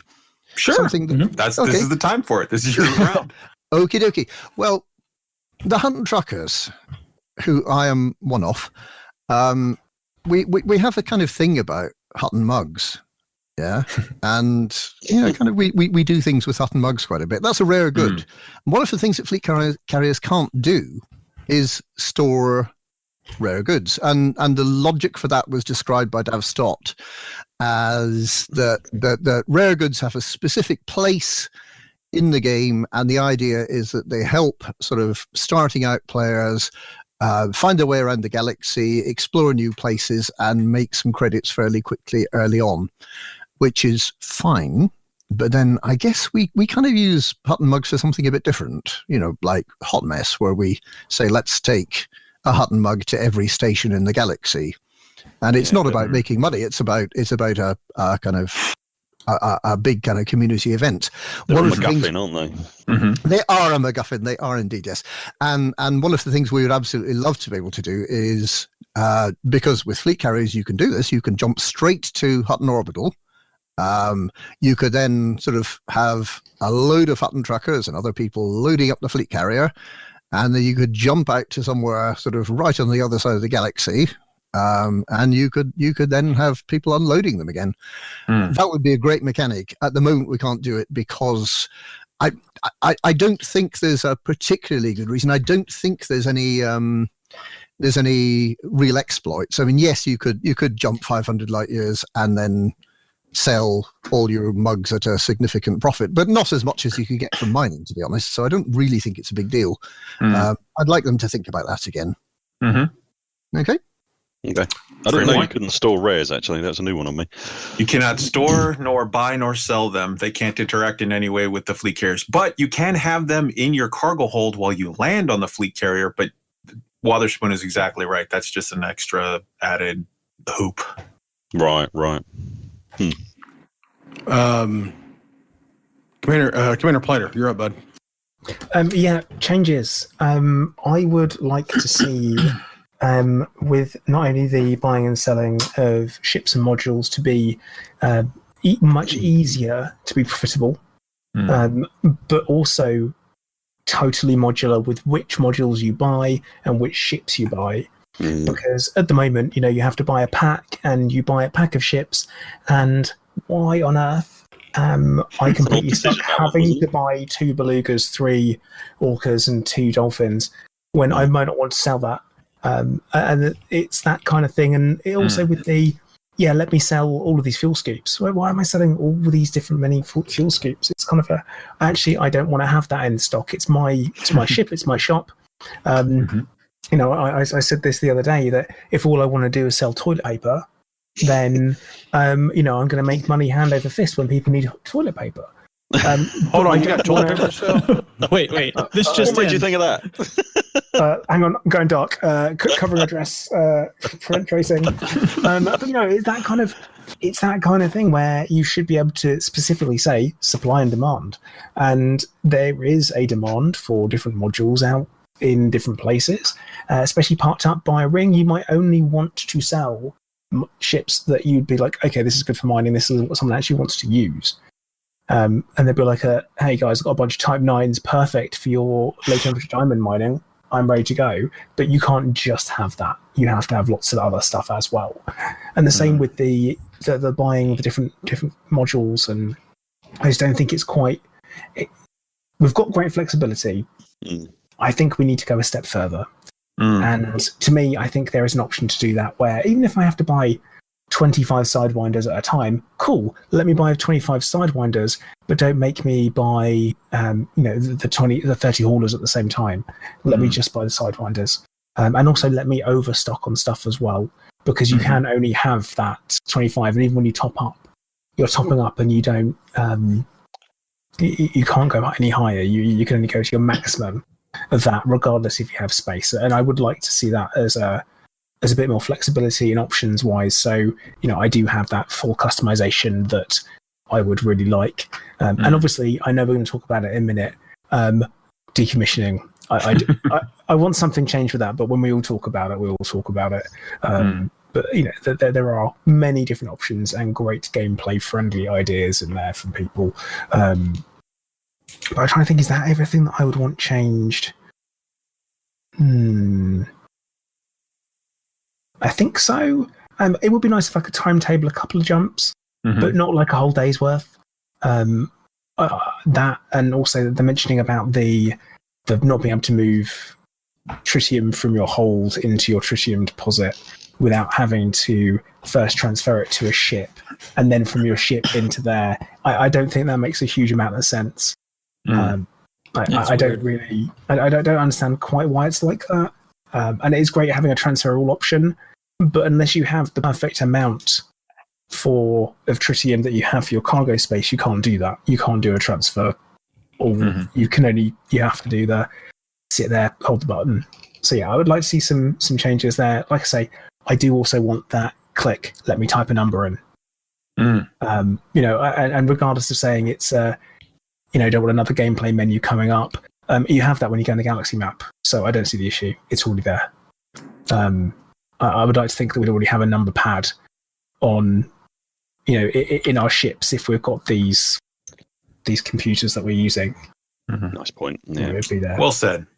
I mean, if the guy working at the fuel deposit are so dumb that they can't move from storage to fuel deposit, they have to go over a ship. Do we really want them to fly spaceships and mine for us? Well, here's the thing. Here's the thing, Astro.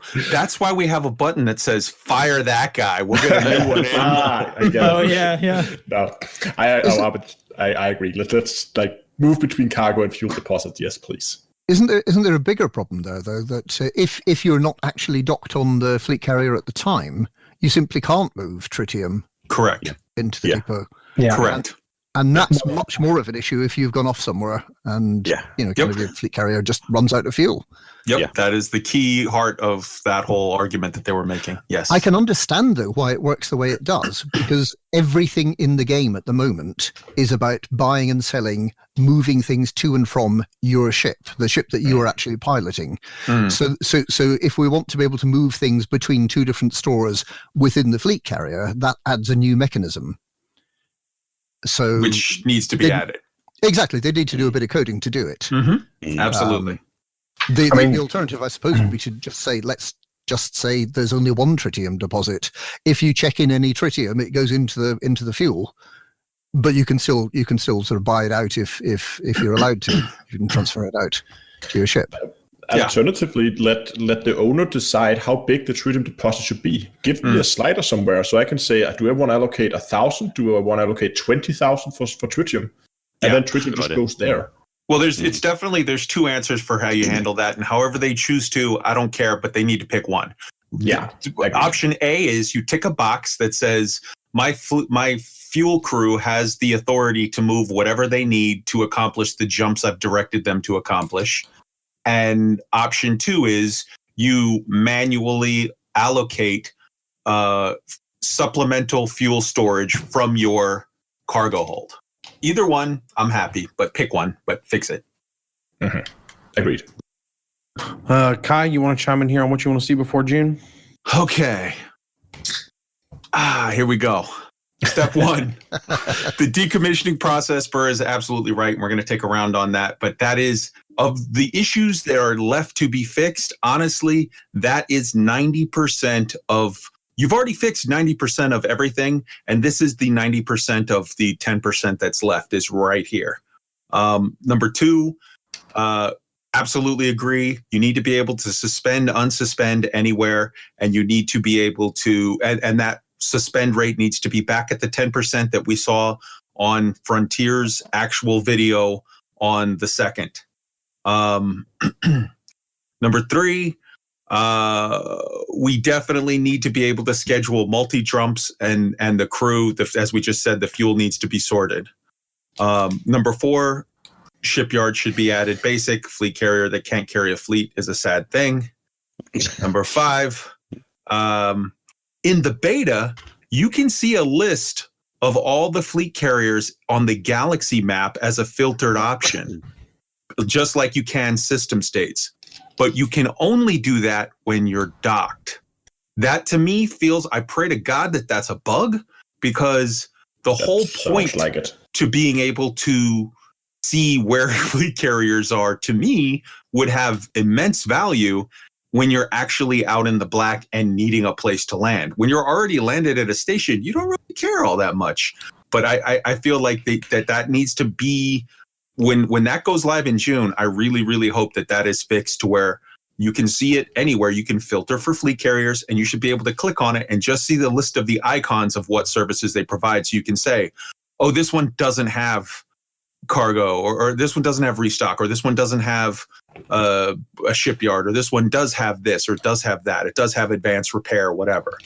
That does sound like a bug to me that you can't see it when in It doesn't space. sound right. Yeah. The date and timestamp for my Buckyball brethren needs to get done. Amen.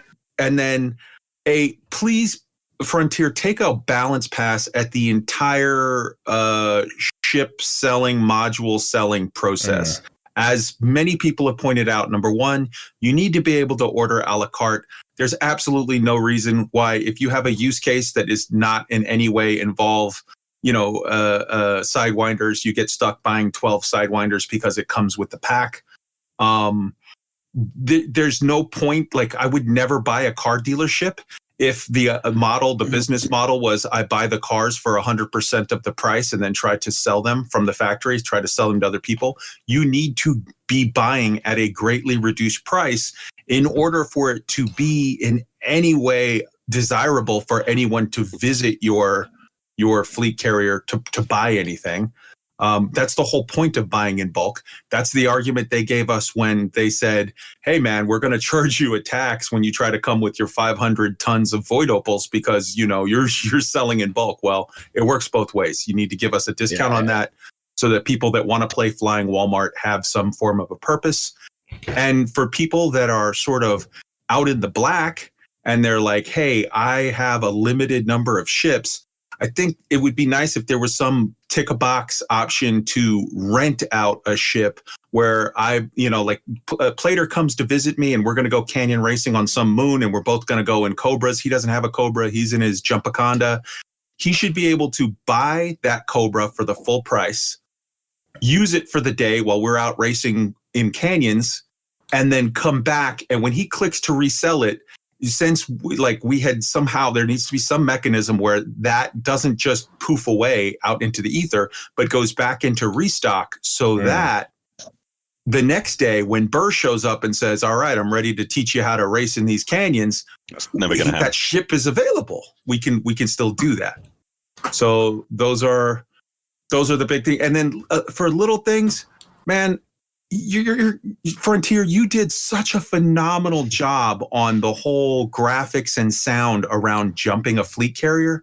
Please, please, please let people see that. If I'm docked on my fleet carrier, or if all of us are docked on my fleet carrier and it's about to jump, it kicks us out of every menu we're doing anyways and locks us to a screen where we're just staring at the hangar wall. Please kick it out to a external view so we all get to see the awesome job that your amazing team did in doing the whole graphics and animations for the jump process. The changing the adding in the button for the transfer all on the money was awesome. That is very, very cool. And that's pretty much it. I'm done. I think I was probably next to weigh in. I don't really have anything else to add besides the station menu. I really like the new station menu layout, but there was weird stuff to do with what was being like the repair all button actually does your paint too. A lot of us like to leave our paint screwed up. And so that was crummy, having to go in and repair each module individually and stuff like that. I think that's got to be like bug or something. So I'm not really worried about that staying. So that's the only other thing.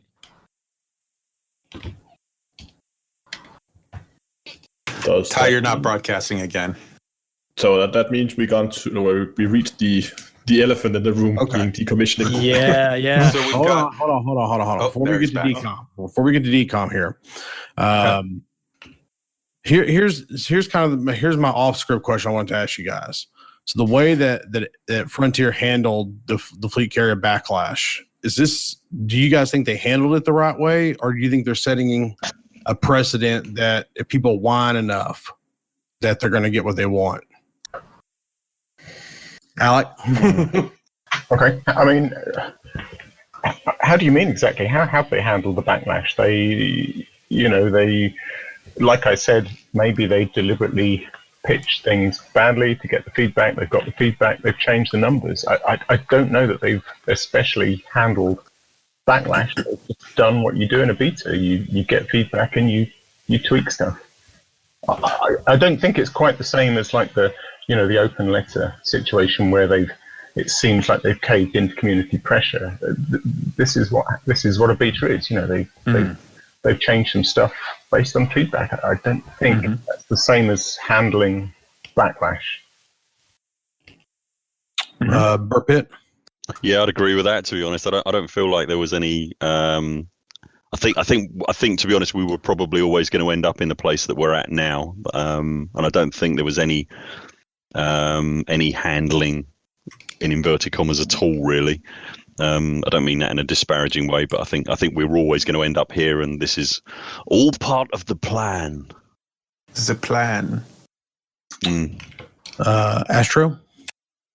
Yeah, I mean, if we just look at how they handled it after the first week, I can't see them have handled it any differently. I mean, they pretty much gave people most of what what was being asked for. So, I mean, I'm not complaining. I think it was handled quite well. I would just have wished they would have made these announcements earlier. I mean, so just something like, yes, we are aware of the upkeeps. We are looking into it. That would have put a lid on the discussion, I think, a little bit earlier, but minor things. Plater. I think with Frontier, they are notoriously tight-lipped, like famous for it. And I think one of the reasons why is the community's response to information. And no, I'm not saying it's our fault that Frontier are tight-lipped.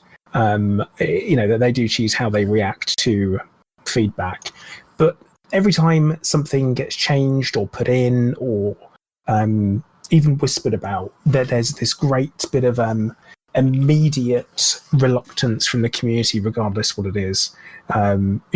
Carriers could have been put out with an upkeep of 5 million, and you'd still have people be just as loud saying, I don't want this, I don't want upkeep, I don't want that, I don't think it should be there, this is wrong. And you will have this thing happen. It'll just be different people doing it. There's going to always be this this immediate pushback on whenever Frontier give out information, and I don't think there's been any piece of information they have given at any point in time that has been overall well received by the community. And because that happens, and because they immediately get this pushback against everything that they do, we don't necessarily get the information communicated to us in the way that we would like. Those of us that have a sensible head on and be like, okay, I mean, you've done this, but I mean, is there a reason why it's like that? You typically don't get the answer. Unless you happen to catch one of the community managers on a really good day, and they are literally just about to walk in and talk to one of the devs about something, and then you get an answer on the day, and you're like, thank goodness, and you get the answer, and it's always a relief. And it's always a relief when you do get that piece of information. But have they responded? They've responded to it in the way that Frontier does, which is all they say is, we've heard your feedback, we're paying attention to it. The changes aren't fixed because it's the beta. And there's this, why is no one remembering that it's the beta and everything's up for grabs and could be changed? We just need to remember that if you're constructive and you deliver feedback, then you get a better response. That's it. And, well said. That's it. You be constructive, you be polite, you will always get a better response to I mean, everyone who's had a job has had a bad manager at some point. You've gone and you've done something, and they go, well, this is rubbish. Okay, do it better next time. Well, what does better look like? You have to say what better looks like, and the person may not necessarily know, lower prices. Okay, then you go too low, or you don't go low enough. And that's why people have to say, I would like this, and I think this would be acceptable, or that kind of thing. Giving feedback is a very, very complicated thing to do correctly, and to do in a way that will be positively received. And someone who is a professional people manager, I can tell you that there are week-long courses dedicated to these things that you can go on, and people still come out of it and still go, I don't like this. That is not the first words that should be out of anyone's mouth. It should be I see what you've done. I might have done this instead. Because you've not said it's wrong, you just said I might do it differently. And not everyone has the same opinions without new information. And that's a ramble.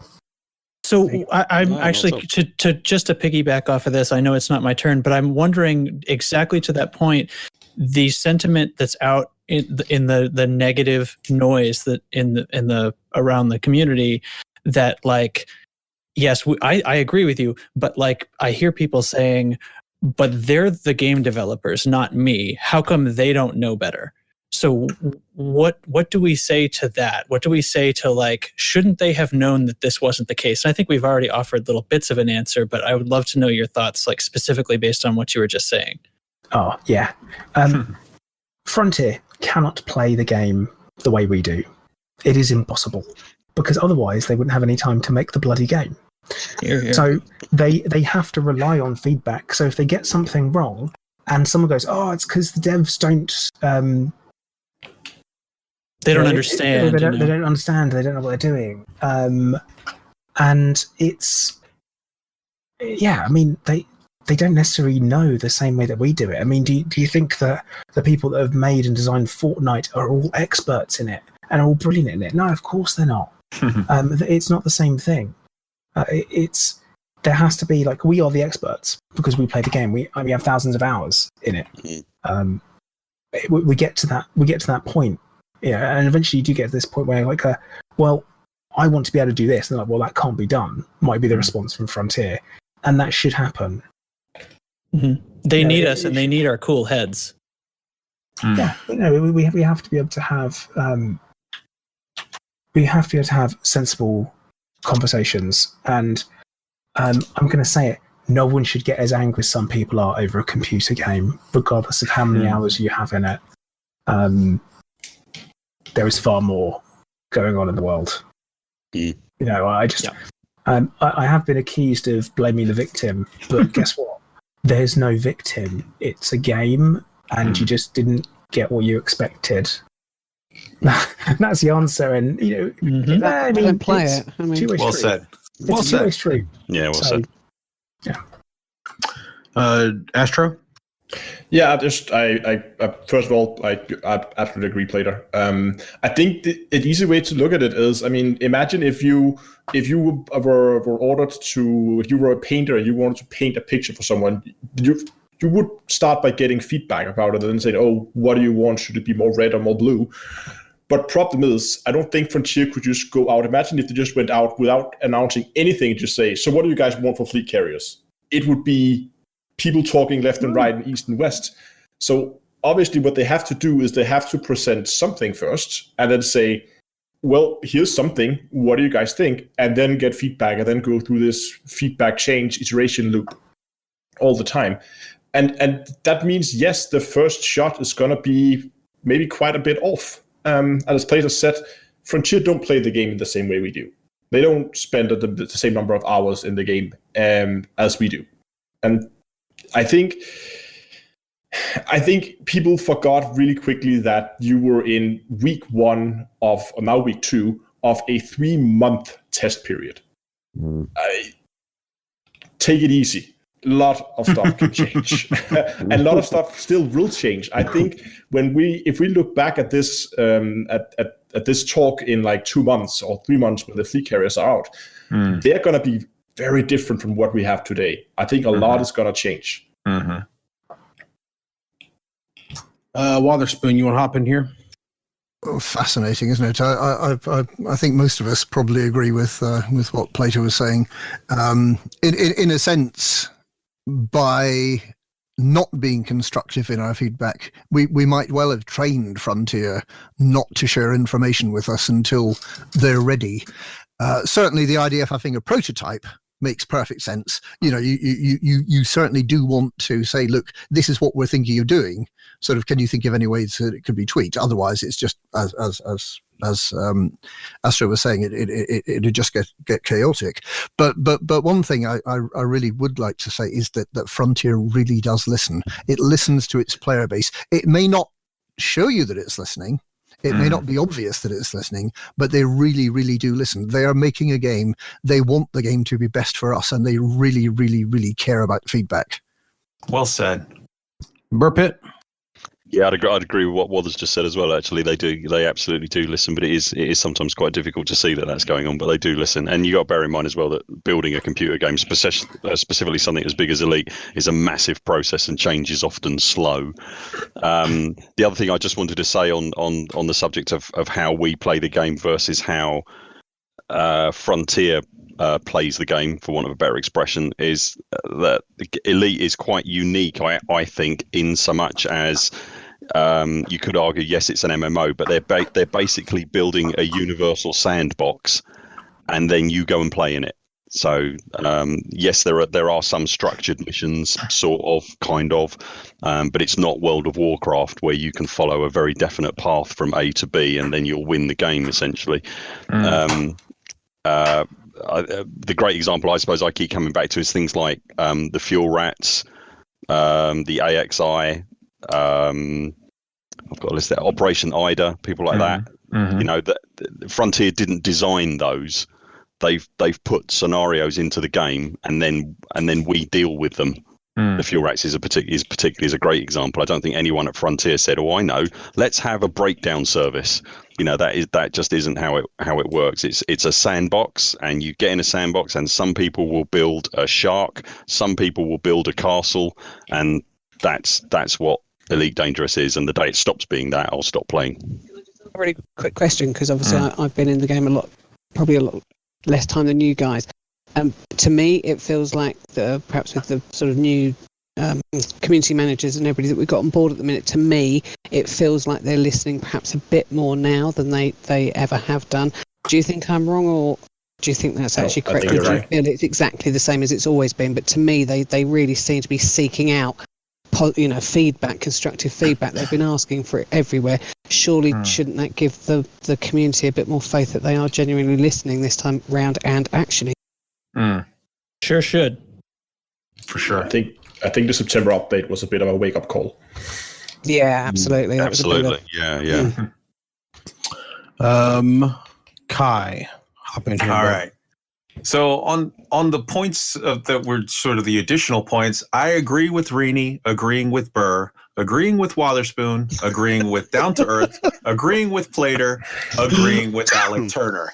The fact of the matter is like, yes, they're making changes. They are hiring people. They're specifically going after MMO people. They're changing their practices. The level of engagement that we've seen recently with all of the visits on streams. We've got next Sunday, we're doing an interview with Bruce. 2 Sundays ago, we did an interview with Stephen Benedetti. I know Bruce and Stephen have appeared on pretty much everybody's streams, and they are showing an increased level of engagement and interaction like never before.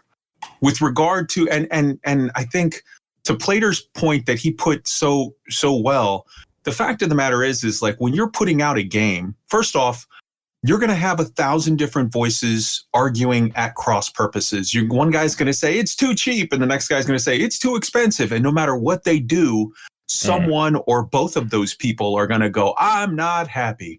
Like they have to sort of, they have to design a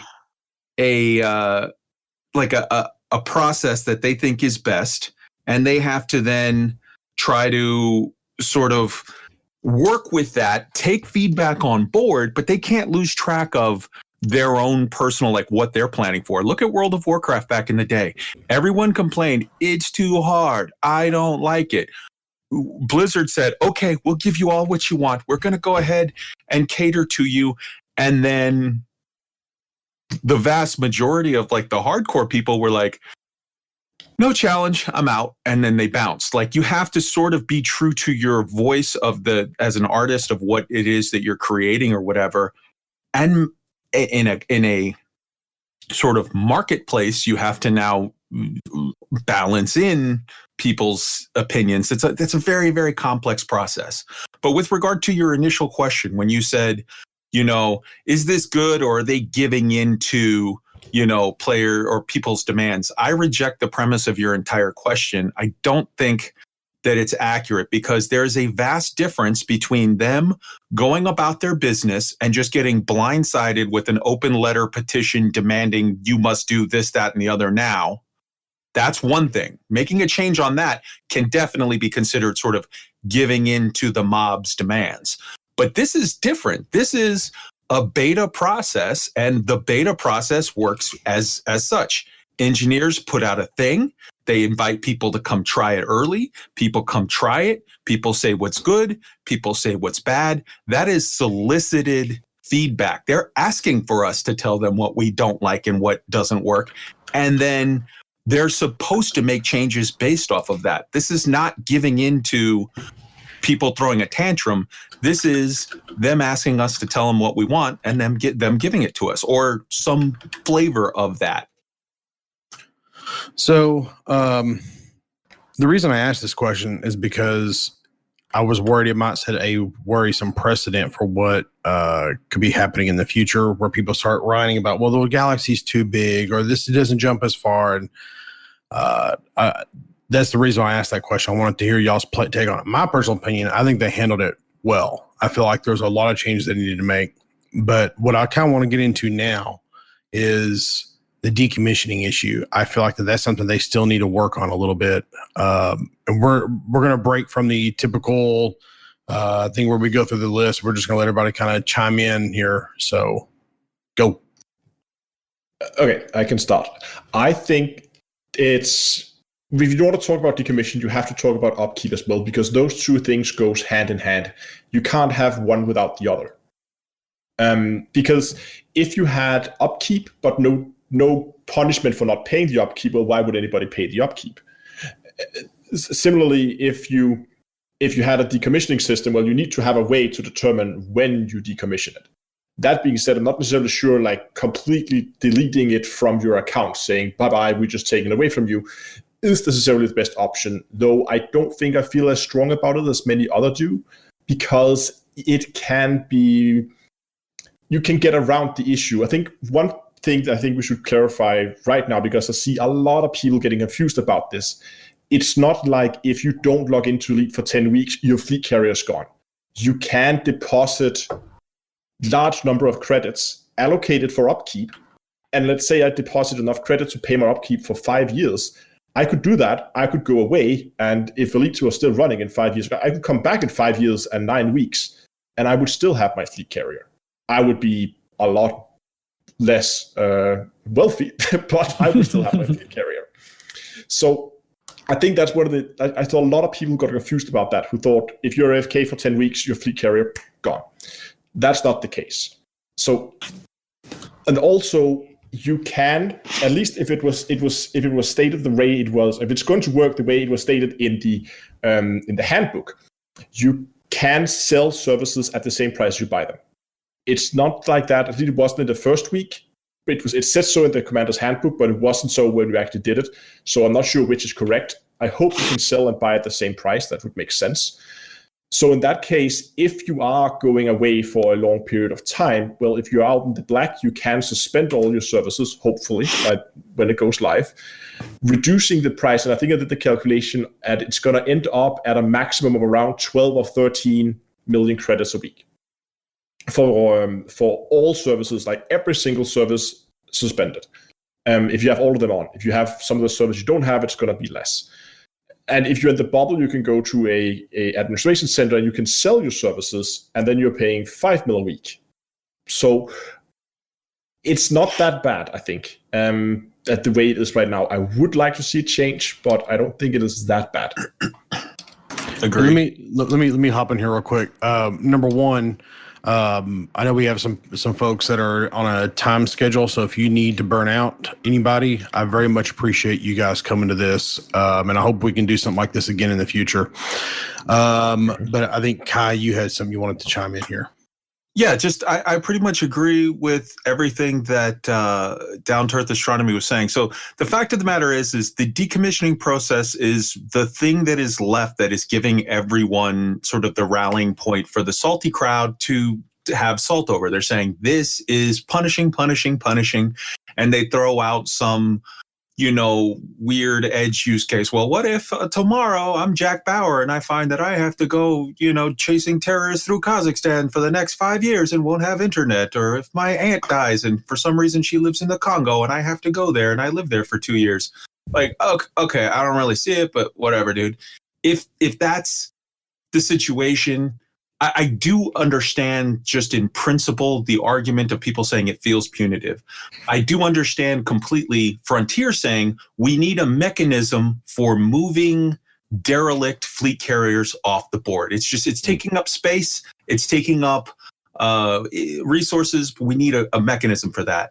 I say, number one, there's so much salt that's been generated over the term decommissioning that as of now, change that name just because it's a PR win. Just rebrand it and then do exactly the same decommissioning.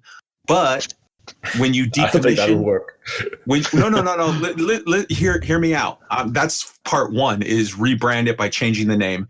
Then do the exact same decommissioning process. The mechanics of it, as far as we take it off the board after X amount of time or whatever, but you add in a recommissioning button, but with a different name, whatever.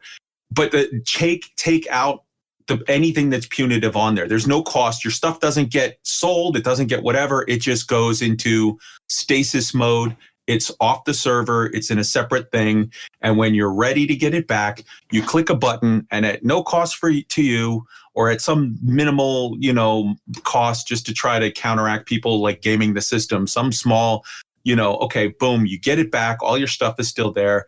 You move on. The whole process of why Frontier says this needs to happen is to save system resources and to get rid of clutter. You can still do that by just doing exactly the same process, but in a way that does not in any way take any value or money or credits or anything from the player.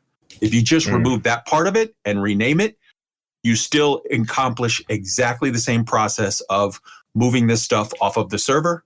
But now when I come back a year later from hunting terrorists through Kazakhstan, I click the button to recommission, and at no cost to me, or at 10 million or some nominal little whatever, my thing is back.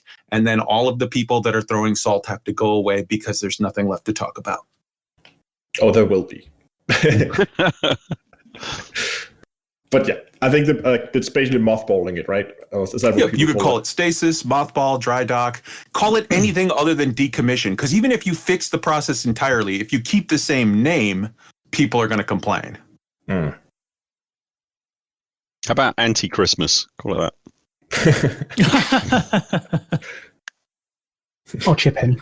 I would say that I don't like the idea of you losing an asset in the way that you do, and especially the depreciation in value, I think is way too extreme. Normal ships don't depreciate like that. Modules don't depreciate at all. And I'm not sure that taking someone's toy off of them because they're not playing with it is the right thing to do. Some people like to have models on their shelves. I do.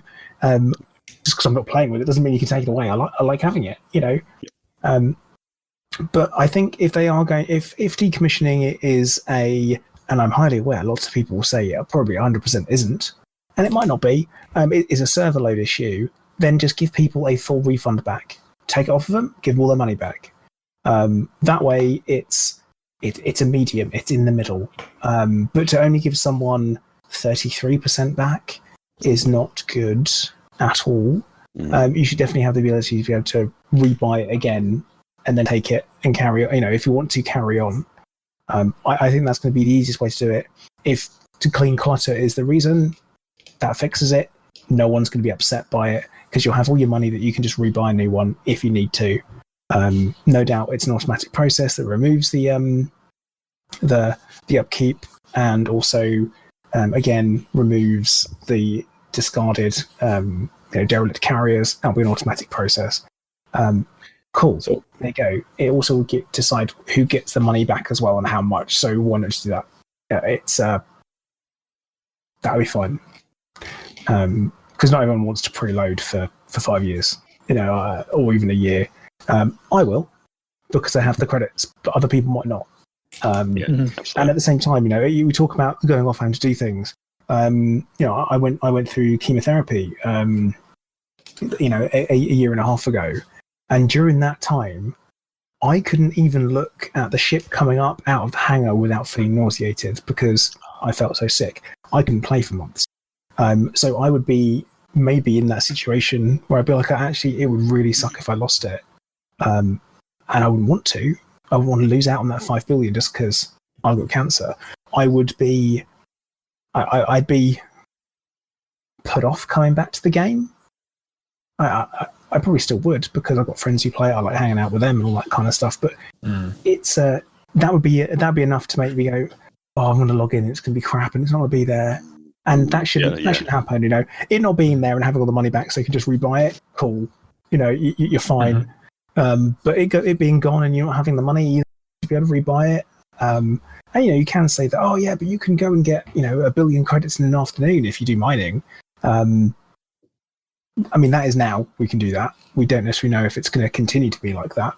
But there's very few other aspects of the game that offer a decent reward. And even if you can do that, it just feels bad. Yeah, it's having to work your way back up to where you were before. And the chances are, if you've had to take a long time away from gaming, there's something else going on that also feels like that in your real life, and no one's probably interested. So, but that's a very kind of, for me, personal situation. And the same way other people might be personal. Like Astro said that, he's probably just going to whack a bunch of money on it. I'm going to whack a bunch of money on mine as well, so I don't have to worry about it. But I do know that eventually I will step away from Elite Dangerous for a period of time. I always do, and I always come back to it. But if I do that, then I stand a chance of losing something completely. I don't think that's right. I can pop in here for just an alternate idea regarding upkeep and decon kind of completely that I think might actually make people happy. I don't know. That's very presumptuous, I know. But there's already a system where there's some wear and tear when the fleet carrier jumps. There's a cost incurred that is simply just, I don't know, spackling all the divots in the ship or something. And I think this would be important to do within the beta process, not have it be too late so that we could test, because I think fine-tuning the numbers would be important. But I think the whole upkeep thing could be just turned upside down, and now it's more of a wear and tear repair. So the carrier doesn't incur any upkeep costs unless it does something. So if a player were to simply deactivate it all and nothing is interacting with it, then it doesn't incur any costs for that player. But when they jump it, there would have to be, you'd have to make up for that gameplay wise, right? You'd have to increase the cost of its services actually functioning. Not the services existing, but the services actually functioning and it actually jumping and so on would have to have some kind of increased cost. So you'd have to fine tune that. And then maybe decommissioning, what that would leave us with is the server load issue, right? So if that's really part of what that system is in place for, then perhaps we have a system where if no player actually interacts with the fleet carrier, so I'm imagining, the owner disappears for months and months at a time, who knows? But perhaps their squadron is still utilizing the carrier, then it's still serving a function and there shouldn't be any problem with it creating the server load that it creates. But if no player interacts with the fleet carrier for a certain amount of time, perhaps then it just pops off. And I don't know if we really need a super important lore reason for that, because, well, what have we then? We've got, a carrier that's not being interacted with by anybody, so nobody's going to know, right, when it disappears from the system. So maybe that would just replace upkeep entirely, and there's no more need for decommissioning. I do think, like, when the player came back, there's no reason why it shouldn't just pop back into existence for that player when they do a little check-in, with the server or something, right? I actually really like What that are your idea. thoughts? The only I like that. The only thing is you need to make sure that it's explicitly stated that interaction, like no interacting with the carrier, means by anyone, because otherwise you're going to have people that game the system where I put 10 billion credits on my alt buys the carrier, then never logs in, and now I have a free fleet carrier for the next 5 years. Yes, exactly. And I think the system, as I'm describing it, would cover like a situation where the fleet carrier owner is providing services for their squadron, but then has to disappear to who knows what, and the squadron continues to use it. Then it's still in the game and it can still be incurring costs. Hopefully the squadron are maintaining by being able to add something to the bank or whatever, or interact with its commodity market in such a way that its costs are covered. I still think having its costs be able to be covered by passive generation or maybe not passive, by interactive generation is important. But that would allow this all to kind of keep functioning, and server load is only used for carriers that are actually being utilized. I mean, Cool. with that setup, you could completely remove upkeep. Right. That's the intent. Yeah, exactly. You could remove upkeep. Then let's say, just to compensate, if Frontier wants to keep having the carriers be a significant money sink, then just increase the prices of the services. But it's a one-off thing. You pay once and you have the service. I think the service should when the service is interactive with, right, it would have a wear and tear versus an upkeep, and that's sort of a name and symbolic change. Like now it's incurring a cost only when it's doing something. And I think that could somehow work with all services. So you're saying upkeep costs for example, I'm just going to pull one out of the blue. Upkeep cost for the reimbursement office is 0, but every time you do anything at the reimbursement office, it some way generates either a percentage or it generates a X amount of flat amount of, hey, this is cost has been added, or shipyard or whatever. Somebody had to sweep the floor at the reimbursement office because it got used. When you think about it, though, that could sort of create a way for other people to sort of be malicious and then just, I'm going to swap ships 9,000 times. Ha, ha, ha, you just got $1 billion bill. Well, maybe they... Yeah. Well, so that's a tricky money balance, right? Yeah, I see that point for sure. Yeah, I don't think having other people's action giving you an upkeep is necessarily good. I was more thinking like an internal clock on every ship carrier or fleet carrier, and whenever someone docks, owner or visitor, and whenever someone, let's say the owner just opens up the managing interface so he can do it remotely, that clock's reset, and that clock could then be 3 months. 4 months, something like that. And if there's been no interactions with it, nobody's docked at it, nobody logs in at it, nobody's opened up the managing interface in like 4 months, then you would, disable it basically. It would still be there. You could re-enable it by just by the owner interacting with it. But someone just had to dock at it and log in at it. So It still doesn't address the cost issue. What cost issue? The cost issue of, he was talking about trying to change the cost to where like you get rid of the upkeep cost and you replace it by some form of a cost for what you actually do with it. No, just remove the upkeep and increase the price of the individual services as a one-time thing. Instead of having a wear and tear on services that others are using, just increase the price for in services so it's a one-time thing. I mean, I wouldn't mind if they stayed where they are. I think the prices where they are pretty fine. But if they were to remove the upkeep and then add an additional price to the services, I would be happy as well. If that meant they would then also remove decommissioning. I suppose that the decommissioning, the only thing that is supposed to be keeping from is the server load. So if people are, I think that sounds like it could work. Somebody else wanted to jump in. I think I don't want to keep talking. No, I was just sort of slightly worried that if this is one of these deep space support network ships, and it's in a really kind of out of the way part of the galaxy, it'd be a bit awful if it sort of flipped out of existence because nobody had been that way in a while. Especially if you're the person who arrives there and discover it's not there anymore. So you need some way of bringing it back. Well, based on what Down to Earth Astronomy just said, though, you could still do that. The owner of that particular carrier could go into his remote access thing and just say, like, click, I've ticked it, it's still active, even if they're not in the area. Oh, so they just need to do that every now and again. As long as the owner pings the server. Yeah. Like, so in that case, you as the owner would be saying, I am choosing to keep everything going, even if it's an extra cost to me, and I'm going to keep that system sort of re-updating by manually going in there. It's an interesting proposal, but it's completely different from what we've got at the moment. So I don't know, are we really suggesting that Frontier changes track on that? Or is this just an interesting alternative? No, people are real upset about upkeep. So... Well, let's shift gears here for just a minute, because we're talking a lot about DCOM, and one of the things we didn't ask, or I didn't ask, was what do we want to test? Well, what do we want to see them used for in the future is probably a better way to put it. Or how do you guys see them being used? Carriers as a whole. So we're gonna just start at the top. Start with the burr pit. I mean, we can start there, but the whole idea was just open discussion on it. So, okay. Well, all I'd say is, I mean, like, I can only really look at sort of our personal use case scenarios.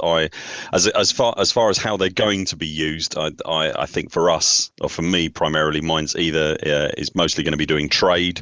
I'd like to do really huge trade runs with it if I can, and also as a sort of BGS support platform. Interestingly, just the last couple of weeks, our in-game faction has had a need for large landing pads in systems that are not a huge distance away from where we're based, but it would have been an extremely nice convenience to have a carrier parked outside of a combat zone or parked in a system where we could land some large ships. So I think mine will probably get used for that. Ree, I know you've got some sort of thoughts on what you might do with yours. Yeah, I've still got to get over the upkeep issue though. But if I can get through that, then we'll get you through that. Yeah, don't worry about I know that. But if I've still got to look at it, objectively, that if I was a player on my own without the support of the burr pit, could I still actually maintain it on my own? But as a videographer and doing my camera work, I just want to be able to load all my ships up, take it out to destinations, take various ships out, because with footage you get bored of seeing the same ship. That's definitely what I use it for. I'm still not quite convinced I'm going to be able to do it if the upkeep cost is too much, or so I've still got a few creases to hopefully iron out. But yeah, it'd be great fun if I can just do that, go off in one direction, take it off with me, take my big support vehicle with me, and have all my ships loaded up, do a bit of mining in between to break up what I'm doing, and off we go. Happy days. Bit of exploration, bit of videography, job done. Lovely. Astro? To me, I think the commodity market is the most interesting thing, and the way you could use it to either support deep space mining missions or just outright put it in a close to a mining hotspot like we have Boran now. That's obviously going to change, but put it there, and people could use it to set up buy orders to buy materials to make it more convenient. I think at least that's the thing that's most interesting to me. Nice. Botherspoon. Galactic Fringe exploration. This is the longest jump range that anything we've had up till now has been able to achieve. There's places we can get to with fleet carriers that we can't get to by any other means. De-risking exploration, having the repair stations, the deep space support network. Fuel rats. So fuel rats are tiny little mobile scoopable stars, but I'm pretty sure that the fuel rats could use fleet carriers as bases for sure. Trading post, the East India Company, which trades goods with other sort of players who are trying to unlock engineers. Fleet carriers could be brilliant for that. Forward repair and supply for say anti-Thorgod campaigns, that sort of thing is good. And Operation Ida, one of the things they've had problems with is that you get these stations which are completely out of the way, miles from the nearest supply station. So what you do is you load up with 25,000 tons of whatever it is the station needs to be repaired, take the fleet carrier across and unload it again. That's just a few things I can think of. It's a game changer for them, surely. Yeah. And that's before you even mention the Hutton truckers. You know they're going to do some crazy stuff with them. Oh, yes. Right on. Plater? I'm going to go completely out there and say I see a universe where there are no NPC stations, Nice. only fleet carriers owned by players, where we have a true player-to-player economy, not just market, not just where you sell stuff and it disappears, but an actual circular economy where things are produced from raw materials and sold to others in a controlled manner, so that it doesn't get totally ridiculous out of hand with credit buying and selling by third parties and all that crap. But you have this wonderful opportunity to create a flowing, natural economy. So you put your purchase order out. In fact, that needs changing anyway, but that would somehow probably that. But you'd open it up so that you'd be able to buy materials from people, and then because your carrier's perfectly loaded out to, it's got a fancy shipyard, you're selling ships. Not necessarily at a ridiculous price, but you're selling them so that people be interested in them. But actually, you know what? The only place that you can get ships now is going to be from other players, and you have this happening, this creating, and that would be amazing. Horrifically complicated, no idea how it'd be implemented, but wouldn't it be cool?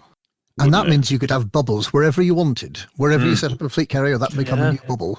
Yeah. Well, that's I guess sort of we're next up, and that brings me sort of my point of all the things that I see. I see the hull seals using them. I see the fuel rats using them. I see people using them for trade purposes. I see the DSSA. I see individual explorers going out there and exploring through the galaxy on their own.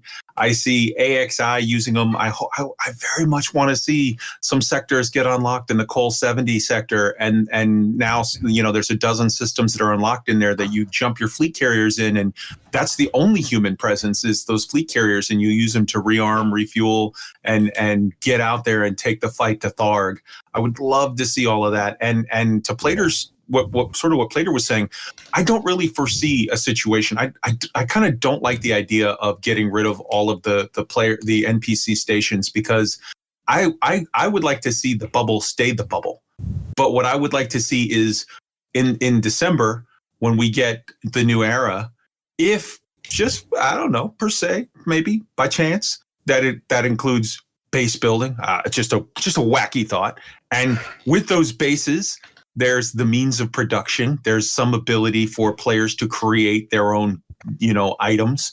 And now you find, a dozen friends go out to an area 40,000 light years in any direction and create their own micro bubble where their fleet carriers are working in conjunction with their bases on a couple of planets, and between the production of those bases and the docking and sales abilities of the fleet carriers, they become interconnected, and you have still the bubble for the people that want to, sort of the starter zone area. You still have the bubble and it's still there. Nothing's taken away.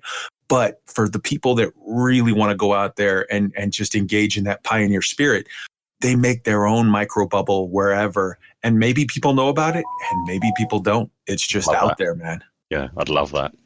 That would be bubble confirmed. To me, micro bubbles, player control bubbles, that would make Elite Dangerous the single most impressive game pretty much in the history of mankind. Like that the amount of sort of level of freedom that would mean would just be crazy out there. What do you guys think about, just everybody, what do you guys think about the idea of the fact that these don't exist in a vacuum, that between now and December, we expect some ramp up of different storylines or different something to happen to lead us to the new era?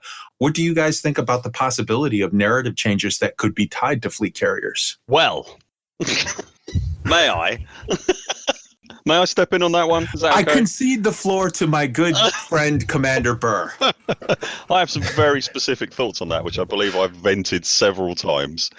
So the Witch Head sector opened up. You like the perfect crowd actually to tell me if I'm mad here, right? So the Witch Head sector opened up, as a sort of forward operating base.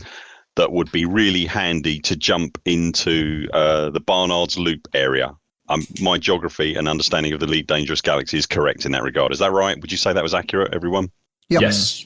Okay, so it's not quite close enough, however, to be on the doorstep. However, if you had a carrier down there, you moved a carrier down to the Witchhead sector, and then went, right, okay, now we're good to go. You load everybody up. I mean, surely this has got the AXI salivating. You load everybody up onto your carrier, and then you jump to Tharg the Mighty's doorstep, and then in you go into what we think is the area that the Thargoids predominantly inhabit.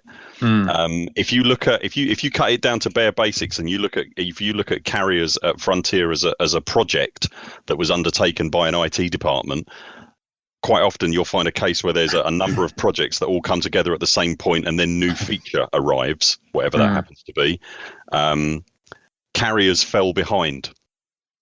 Carriers failed to reach its deadline. Plus, there were one or two other problems, and as a consequence of which, we've had a 6-month, 7-month, possibly a year-long gap where not much has happened, particularly with regards to the Thargoids. I honestly think that when Carriers finally launches, at the very least, something is going to happen with the Thargoids, and I think we'll be moving into the Barnard's Loop area. And also, I've said this before, I wouldn't make any long-term plans for buying property on Earth.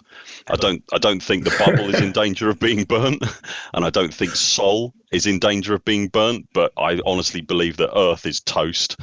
And have I gone too far here? And like, for example, the White House is on Mars. It's not on Earth, it's on Mars these days.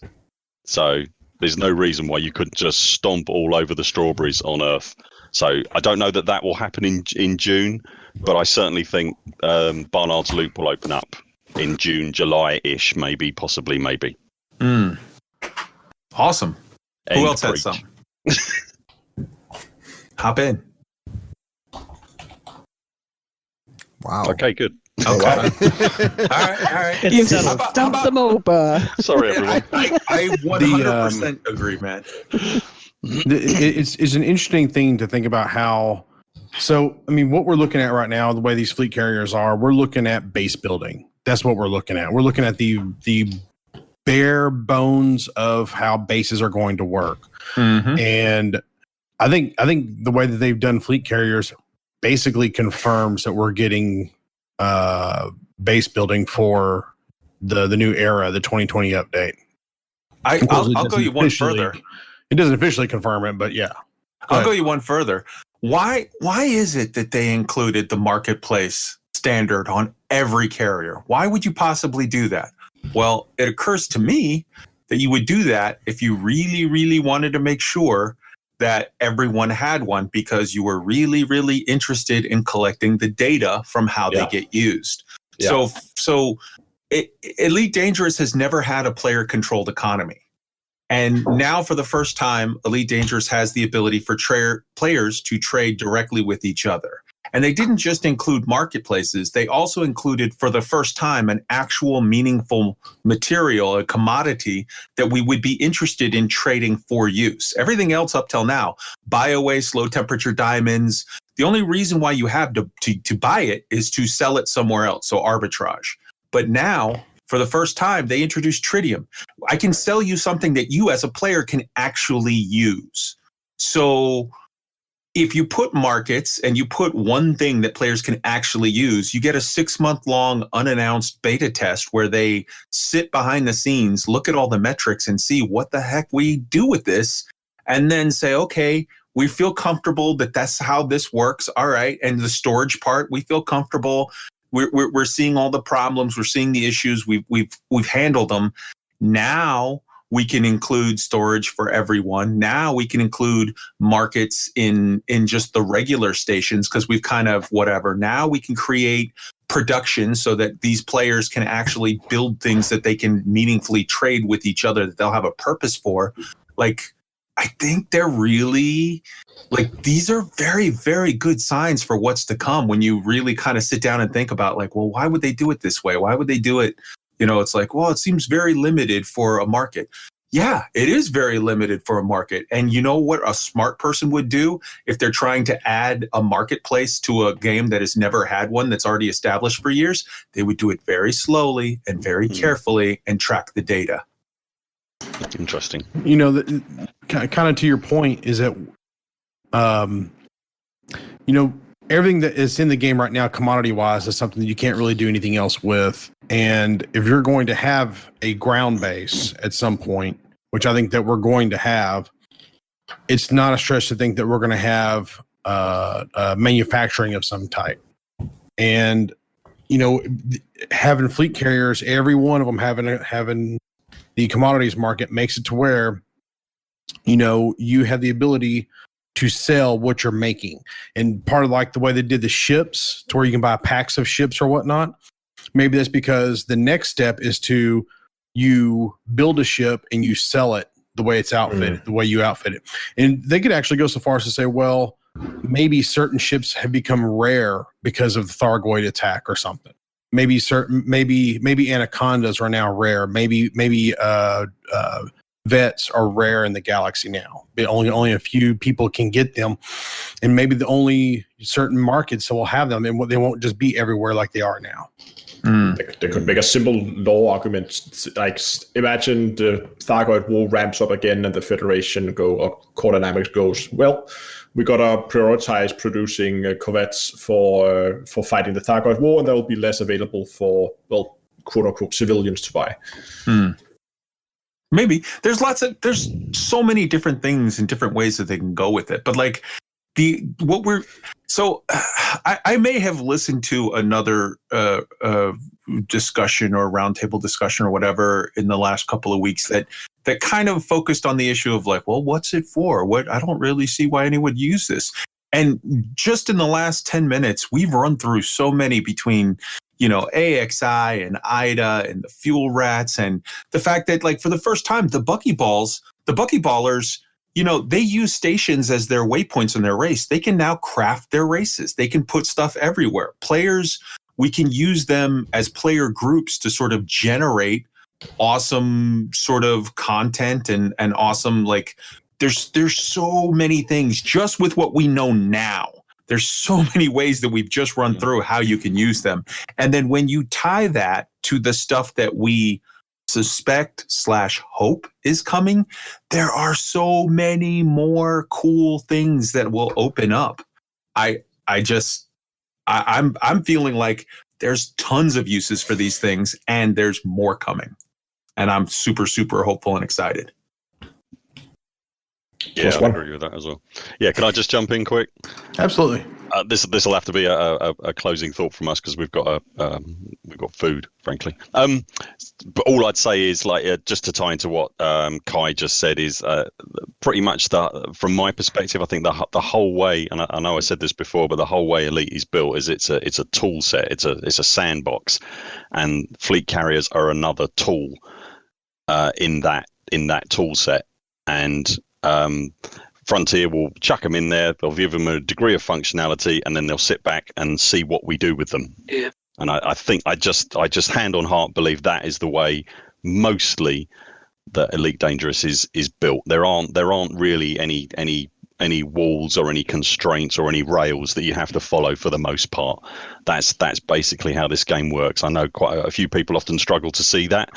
But that is the nature of the game, and the day it stops being that will be the day that I stop playing it. So when Frontier turn around and say, we can't wait to see what people do with these things, I genuinely think they mean that, because they don't know what people are going to do with these things. I don't think they would have turned around and said, oh yeah, the DSSA is going to be a thing. If anybody hasn't seen that, look it up, because it's amazing. The FleetCon people are looking to put a fleet carrier in every single sector of the galaxy that long-range explorers can use from now until the end of time. And can I just echo what you're saying, Burke? Because you know exactly what you just said, that they're going to sit back and see what we all do with it. That's the beauty of Elite.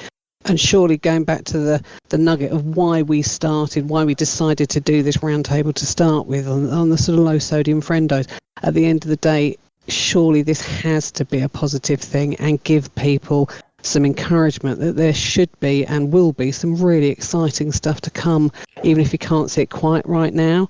The potential that Kai's just talked about, that all you guys have just talked about, is all there. It has to ultimately be positive, surely.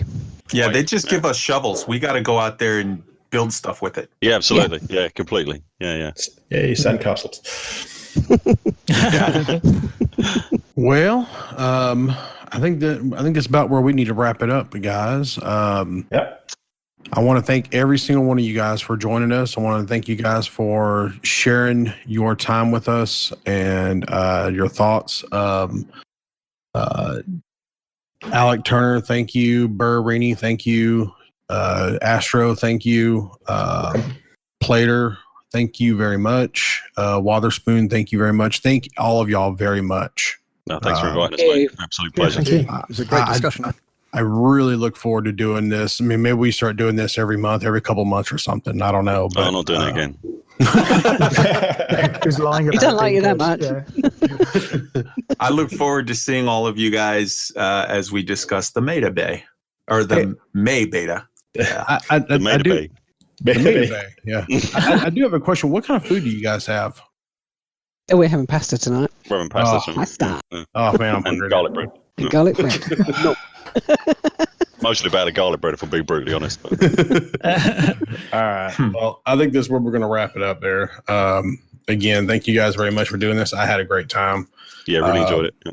Thank you Sorry guys about so the much. technical issues on my end. I think I've had Discord crash like 3 times the entire time I've had it, and it crashed and just beat. And then my little toggle mute thing was going crazy on me too. So yay! Yeah. It's been But- so great, sharing audiences and with all these thoughtful voices. This is the highlight of my roller coaster so far. Yeah, man, this has been great. Yeah, we really enjoyed it. That's not good. That means it's only going down from here. for all of the fans of all of the different streams, because it's like our fans, your fans, their fans, all of these different groups. I hope that people have enjoyed, and I hope that you click the like button, donate to the Patreon of your streamer of choice or whatever. Like, show that appreciation for the fact that these guys are coming out and are willing to stand up to the negative backlash and say, like, hey, there's some cool stuff here. Righto. Well, that is where we're going to end the Loose Screw stream. Thank you guys again. And one quick thing, if anybody on my stream does not pay attention to anybody else in this stream, please go and watch what they do. Go watch Burr Pit. Go watch Down to Earth. Go watch Plater. Go watch Galnet News Digest. These guys do a lot of work long before Kai or Trax came along, and you guys do great work, and I thank you guys for that. Thank you very much. And check out the Buckyball Racers Club Discord. It's awesome. Thank you. Yeah, that was the other one. Alec. absolutely. I was going down the list and forgot him. I hate that I forgot Alec now. Nah, it's all good, brother. Good fun, everyone. Thank you very much. All right. Thank you guys. Cheers. Thank you. See you later, gang.